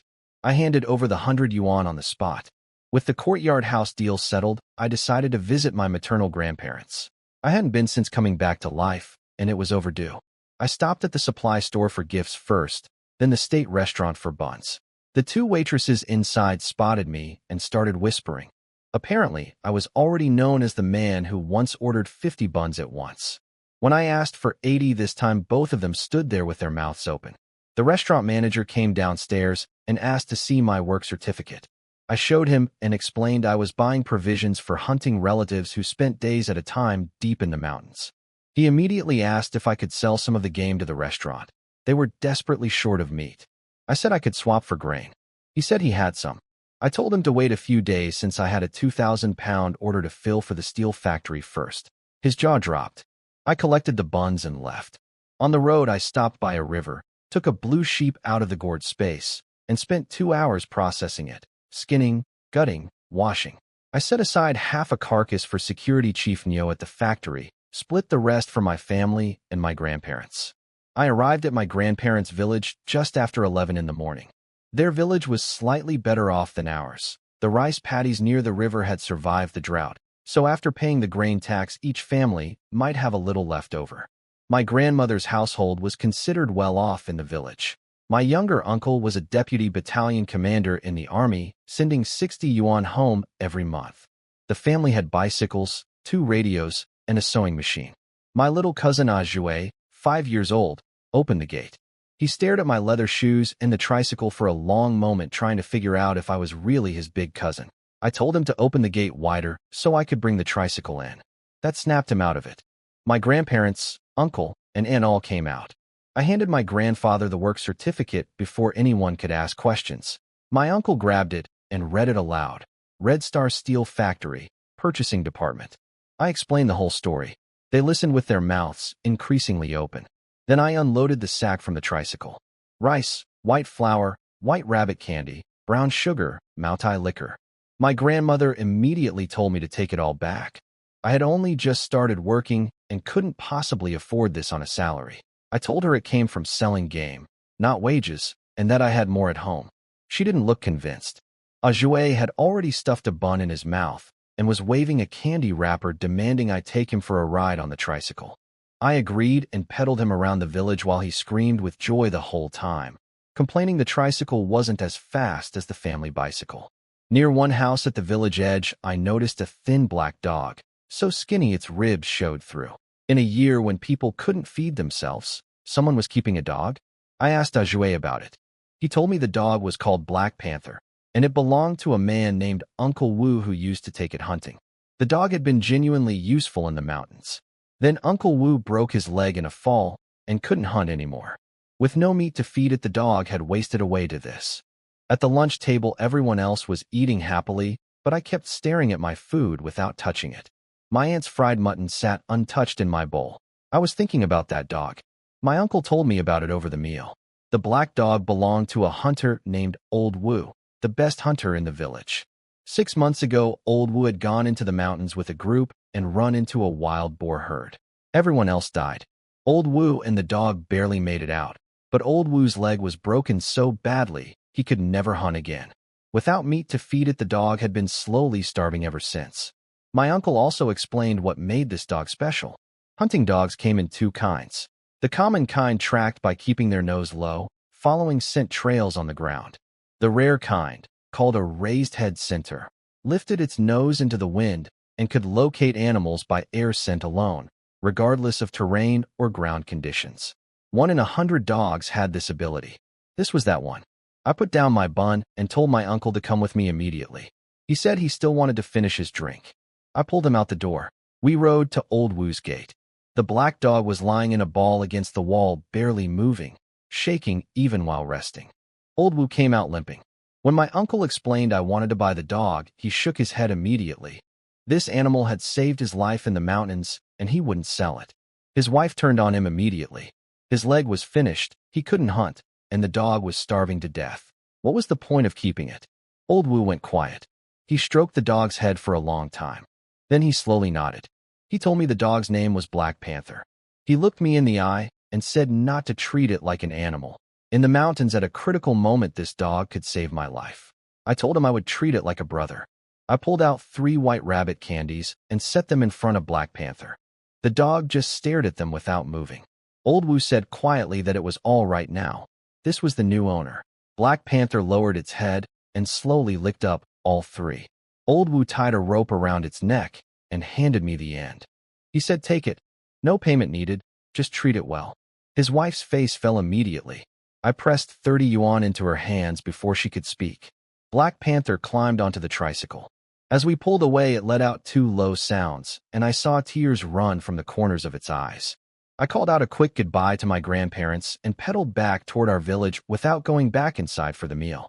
At the river, I cut up a portion of sheep offal into small pieces and fed Black Panther before doing anything else. It was shaking too badly to wait.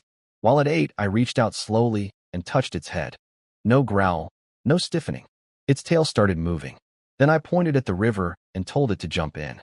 It went in immediately without hesitation. I held the rope with both hands the entire time. I used half a bag of washing powder scrubbing it down, then finished with a bar of soap. The dog had been so dirty the lather barely formed on the first pass. Clean, fed, and no longer shaking, Black Panther walked beside the tricycle with light steps as I rode back into the village. People immediately crowded around asking about the tricycle, the factory job, and the dog. Someone mentioned in passing that Dai Guzi and his brother hadn't come back from the mountains last night. Dai Gang had paid 50 yuan this morning to send armed militia into the forest to search for them. I said I needed to eat and pedaled through the crowd toward home. When I got home, the family surrounded me immediately. Questions about the tricycle, questions about the dog. I explained the tricycle came from the factory and the dog came from a hunter in my grandparents' village whose leg was broken and couldn't hunt anymore. My father called me wasteful for paying 30 yuan for a dog that looked like a bundle of sticks. I explained what a raised head center was worth, and he went quiet. Then he mentioned Dai Guzi's family. The militia had gone into the mountains that morning to search. I said calmly that some people found their own endings. My uncle Wang Tiezhu looked at me carefully. He could tell something was off. He pulled me into his room and locked the door. He asked me directly if the brothers' deaths had anything to do with me. I told him honestly, I hadn't touched them, but I had been there and watched it happen. Then I told him the whole story, including how they had sat in the trees arguing while wild boars destroyed the trunks beneath them, and how Dai Guzi had dropped his own rifle trying to reload. My uncle started laughing despite himself. I told him that within 5 days I could have Dai Gang arrested, possibly executed. I had information that could put the whole family away. He asked if I had found some kind of evidence. I said yes, and more than enough. I went to nap before the evening. By late afternoon, the militia brought the bodies out of the wild boar forest. The news spread instantly. The village women who had been gossiping about going into the mountains themselves went silent after seeing the state of the corpses. Nobody mentioned hunting after that. The brothers had no wives or children, so a proper funeral wasn't permitted. The bodies were buried that same night. Their mother fainted repeatedly from grief. After dinner, I told the family I was going to see my mountain teacher and slipped out. But instead of going to Zhang Guolan's window, I went around the back of Dai Gang's compound. His whole family was up on the hillside burying the 2 sons. The house was empty. I climbed over the wall and found the cellar. Everything Dai Liaozi had described was exactly right.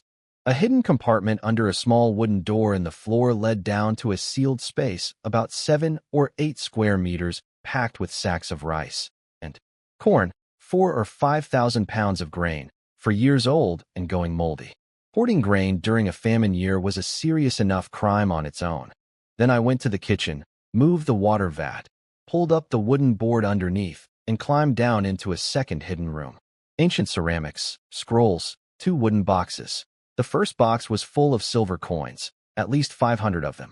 I opened the second box, and the whole room flashed gold in my torchlight. I stood there with my mouth open for a long time. On the black market in those days, this gold alone would sell for over 100,000 yuan. Nobody in our entire commune was worth 10,000. Dai Liaozi had not been exaggerating when he said it was enough for several lifetimes. I thought about what I needed to do. The hidden grain alone wasn't quite enough to guarantee Dai Gang the death penalty. The gold and silver and antiques would seal it completely, but I needed to leave enough behind to be found. Taking everything would just make the evidence disappear. I kept 2/3 in the gourd space and left 1/3 exactly where it was. I covered the board, moved the water vat back into place, climbed over the wall, and disappeared into the dark. Late that night, when the whole village was asleep, I climbed through Zhang Guilan's window. I had washed off in the river first after all the time I had spent in Dai Gang's cellar. We stayed up talking and otherwise until nearly dawn. Before leaving, I pressed 2 10 yuan bills and some ration tickets into her hands and told her not to go digging wild vegetables the next day. Take Ya out of town and walk around instead. Back home, my mother was already up heating meat buns for me. She had finally started using the good grain properly instead of saving it. She smelled the sweat on me and tried to make me change clothes. I told her there was no time and grabbed the 2 flasks of hot water she had prepared. She had also finished the mountain quilt, tied tightly with rope, ready to go. When she saw me put it on, her eyes went a little red. I kissed her on the cheek, told her never to get up early for me again, and ran out the door. She called after me that I was a rotten child. I could hear the smile in her voice. I headed straight for the small stream where I had tracked deer last time, aiming to arrive before 7. The walk takes 2 hours, so I left before 5. I was still 100 meters from the stream when I spotted something large and dark drinking at the water's edge. I dropped into the bushes immediately and didn't breathe. When it lifted its head, I put the rifle scope to my eye. A large male spotted deer, easily 300 pounds. The antlers alone were worth over 100 yuan at the medicinal materials purchasing station. And the deer's reproductive organ, properly dried and soaked in liquor, was one of the most prized tonics a man could take. Worth a fortune on its own. I hadn't calibrated the scope yet, so I couldn't trust it at this distance. I started crawling forward. 30 meters took 2 full minutes of absolute silence, moving like I was walking on clouds. The deer finished drinking and started turning to walk back into the forest. I fired. 1 shot through the skull. 300 pounds dropped without taking a single step. I ran over laughing out loud.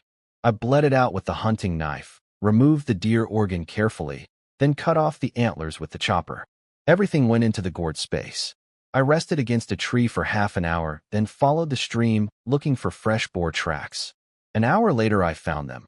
A sow with piglets, the young ones only about 10 to 20 pounds each, the best tasting age for wild pork. 6 piglets total, and a mother around 180 pounds. I shouted once to get their attention, climbed the nearest tree, and used the pistol for the first time. 6 small targets, 12 rounds in the magazine. It took me 11 shots to bring down all 6 piglets. The mother went berserk, ramming the tree trunk.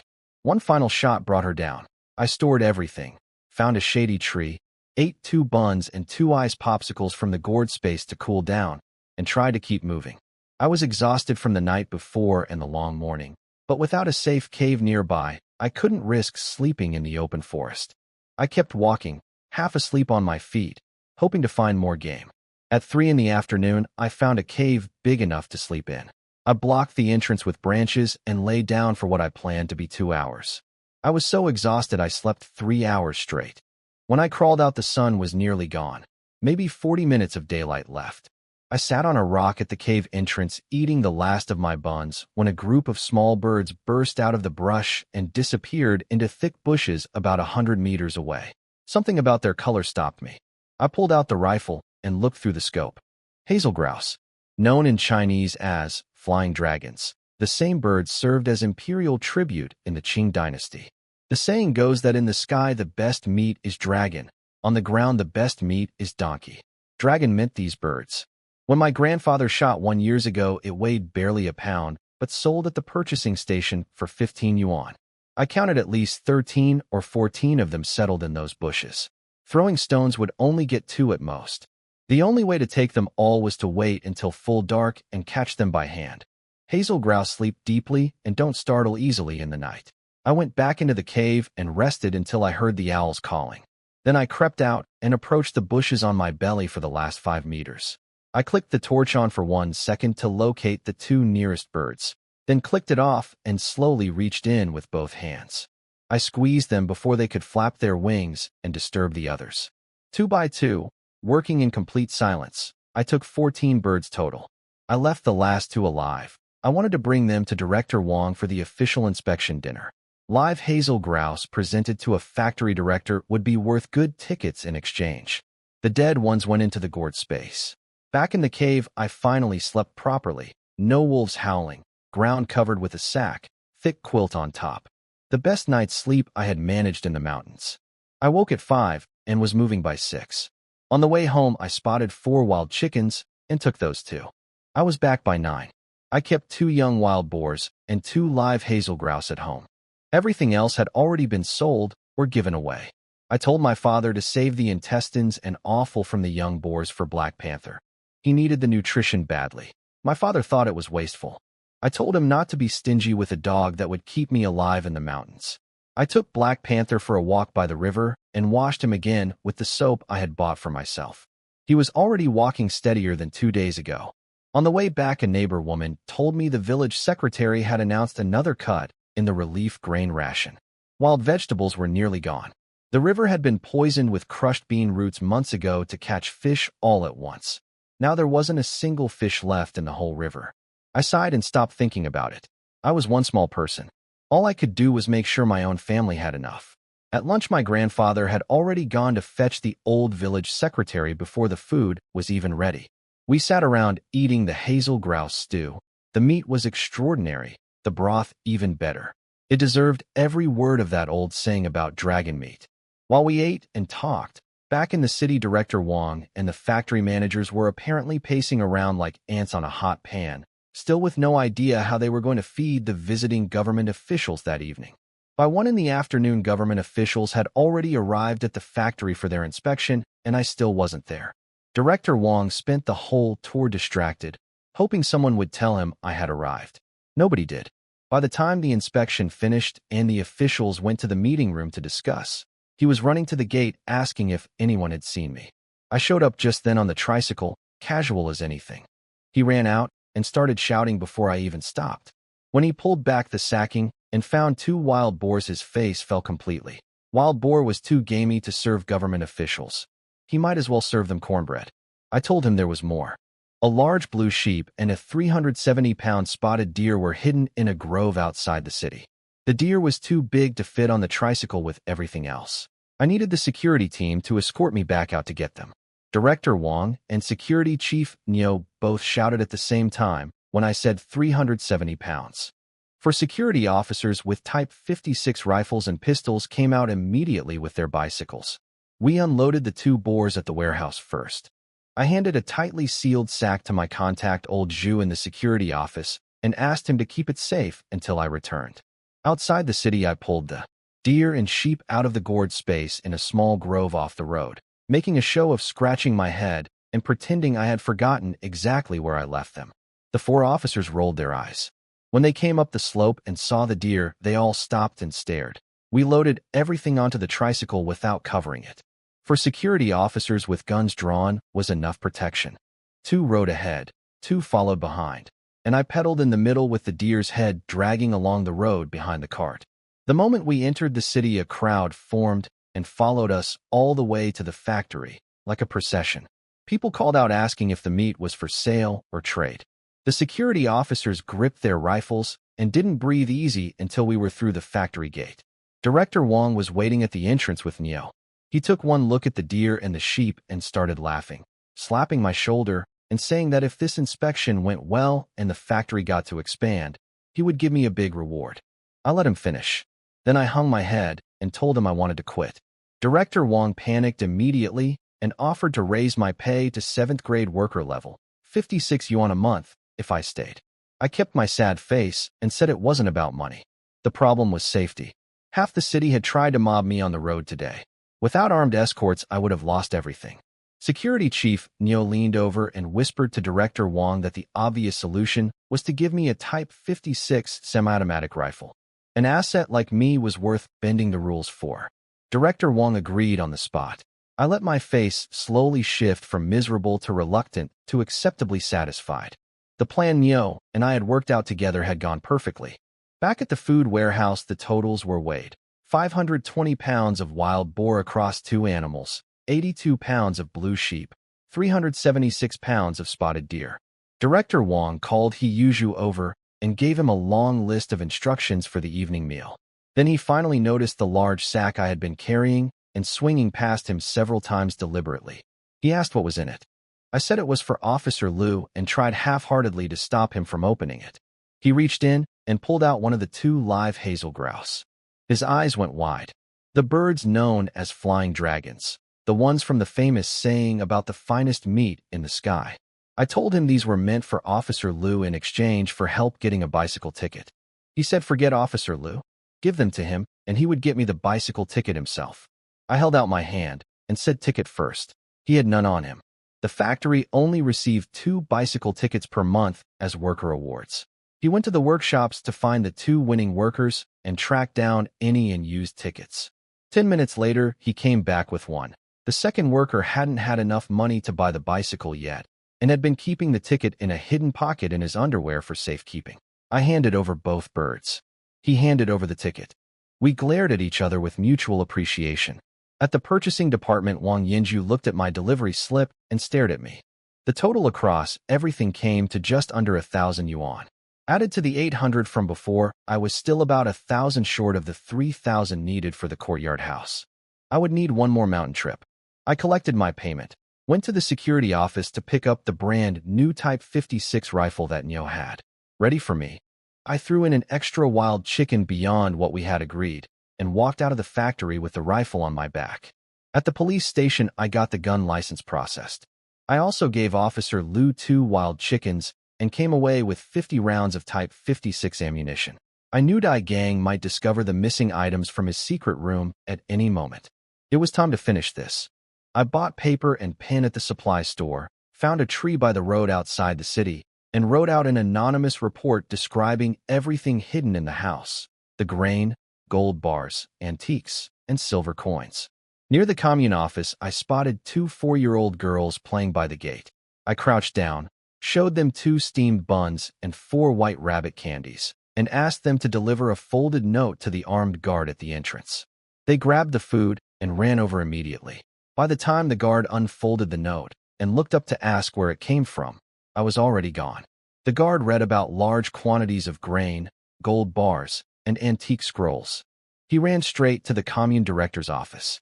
Within half an hour, 2 Liberation brand trucks full of militia were rolling toward White Sand Bay Village. I was already home when the trucks rumbled past our gate. The whole family came running out to see. I smiled and said, "Let's go watch." My uncle Wang Jiangwo suddenly remembered what I had told him a few days ago and went wide-eyed. The whole family followed, and half the village fell in behind us. The truck stopped at Dai Gang's gate. Militia jumped out and surrounded the house. The director waved his hand, and 2 soldiers kicked the gate in. Dai Gang came out to look and was immediately pinned to the ground without a word spoken. The director called for the village secretary and my uncle to come inside as official witnesses. The militia went straight to the cellar. When Dai Gang saw them head directly for the hidden compartment, his face went completely white. His family collapsed where they stood. 30 sacks of grain came out one after another. One sack split open and spilled onto the ground. The crowd went silent for a moment, then erupted. People recognized grain that had been stored for 4 years, back when Dai Gang was still team leader, back when villagers had been eating tree bark and white clay just to survive. He had been sitting on thousands of pounds of food and letting it rot rather than sharing it. Then the militia went to the kitchen. Someone shouted to move the water vat. Dai Gang's entire adult family fainted at the same time. The antiques and scrolls came out first. Then the wooden box was opened and gold bars caught the torchlight. The noisy crowd went completely silent. Final count after hours of cataloging into the night. 3,800 pounds of grain, over 200 antique pieces, 63 silver coins, and 15 gold bars. Under the current strict anti-corruption policies, this was a capital offense many times over. Execution, public denunciation, and total confiscation of the family's property were all but certain. If his brother had been involved, he would face the same fate. The trucks were loaded. Dai Gang and his family were taken away in handcuffs. The only ones left standing in that courtyard were two small children aged 4 or 5. As the militia dragged Dai Gang out, he caught sight of me in the crowd. When he saw my expression, he understood everything in an instant. His own son had given away the family secrets while begging for his life in those trees. 2 days after his sons died in the wild boar forest, his whole family was finished. He started laughing uncontrollably, tears streaming down his face. Someone in the crowd shouted to hit him. Stones and clumps of dirt started flying. The militia stepped back and let it happen. People were crying and screaming about children who had starved to death 4 years ago, while this man sat on thousands of pounds of grain and let it rot. Dai Gang went down with a bloodied head. Then headlights came cutting through the dark. A police jeep pulled up. Out stepped Officer Liu and Director Wang. Together, at night, in the village, carrying cigarettes, Maotai liquor, and fruit. I immediately tried to sink into the back of the crowd. The commune director was baffled. He hadn't even filed the report yet. How did they know? I knew exactly why they were here. Those two hazel grouse. Officer Liu spotted me trying to hide and pointed me out. The commune director recognized me as the one they had tried to arrest for black market trading a few weeks back. I came out and greeted them. They said the gifts were for my grandparents, not for me, and asked to come inside. My parents' hands were shaking with excitement as they welcomed 2 senior officials through the door. The whole village watched with open mouths. The factory director bringing gifts to someone's grandparents at night. People immediately started talking about what that meant for the family's future. Inside, Officer Liu asked immediately about the deer antlers, the reproductive organ, and the blood. I said the blood had seemed useless, so I hadn't collected it. Both men shouted at the same time. Fresh blood from a mature spotted deer was worth 200 yuan at minimum. I felt sick thinking about it. Officer Liu told me to visit his wife. She was the director of a traditional medicine hospital and could teach me which parts of mountain animals were medically valuable. I had been leaving fortunes behind in the forest without knowing it. Then Director Wang explained the real reason for the visit. The government official being hosted at the factory that evening had mentioned his father suffered from back problems. When Director Wang mentioned I had shot a spotted deer, the official asked specifically for the deer organ and antlers to make medicinal liquor. Officer Liu had been brought along because the official knew he and I were connected. I said those parts were reserved for my father and uncles. The 2 men immediately said they didn't need them at all. I agreed to hand everything over, but said it was stored with my mountain teacher and my cousin would bring it to the factory tomorrow. Both men knew I was making up the teacher, but said nothing. Director Wang added one more thing before leaving. The factory expansion had been approved, and a large new round of hiring was coming next month. He could reserve a placement for me to give to someone. I asked for 2 placements. One of them needed to be in the kitchen. He agreed without hesitating. They left soon after. Late that night, after walking Black Panther and waiting for the village to go quiet, I slipped over to Zhang Guolan's window. She had seen the 2 officials arrive at my house with gifts and already understood that I had the connections to find her a city job. She was warmer than usual that night and considerably more enthusiastic. Just after 5 in the morning, I came home with the deer antlers and organ tucked under my arm. My mother was already at the stove heating buns despite my telling her not to bother. She had packed shortbread cookies and filled 2 large water gourds for me. I changed into tough work clothes, found the house's 30-meter rope, and got Black Panther ready. We set off just after 6 with the rifle, the pistol, both knives, the small iron pot, and the dog. I didn't rush. Black Panther was still building his strength back, and I wanted to arrive by late afternoon anyway. We reached the target area at 3:30. My hands had blisters from hacking through undergrowth the whole way. I tied Black Panther to a tree stump, loaded both guns, and watched the cave mouth 200 meters away for half an hour. Nothing moved inside.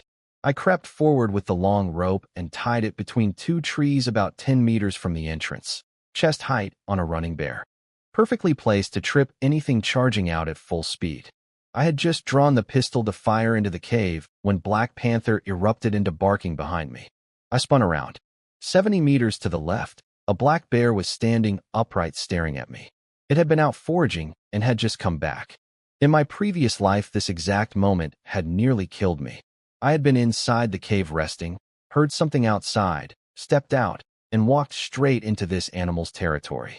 I had fired one panicked shot that hit its belly, then ran for my life with the bear right behind me for over a mile.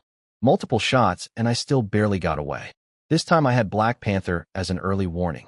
This time I was ready. I knew the bear's bile was most potent when the animal died in peak rage, so I needed to make it as angry as possible first. I raised the Type 56 and shot it in the right back leg. It roared and charged. Even with a wounded leg, the speed was terrifying. Small trees snapped as it came through them, the ground shaking at 50 meters out. I shot its left front leg. It stumbled, fell, screamed, got back up, and kept coming. I ran toward the rope, jumped over it cleanly, turned, and shot its right front leg. It fell again.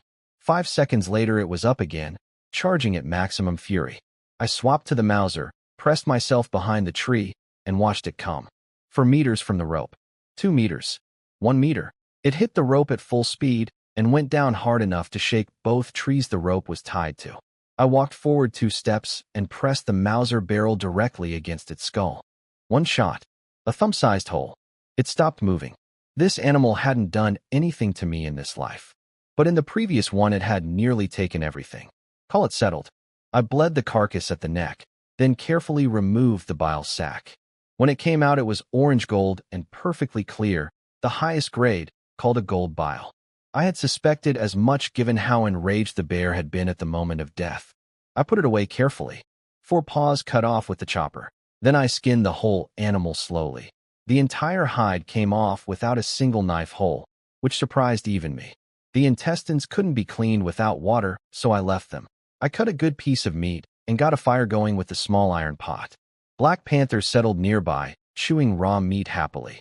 I sat by the fire smoking and looked out at the tall mountain peak in the distance.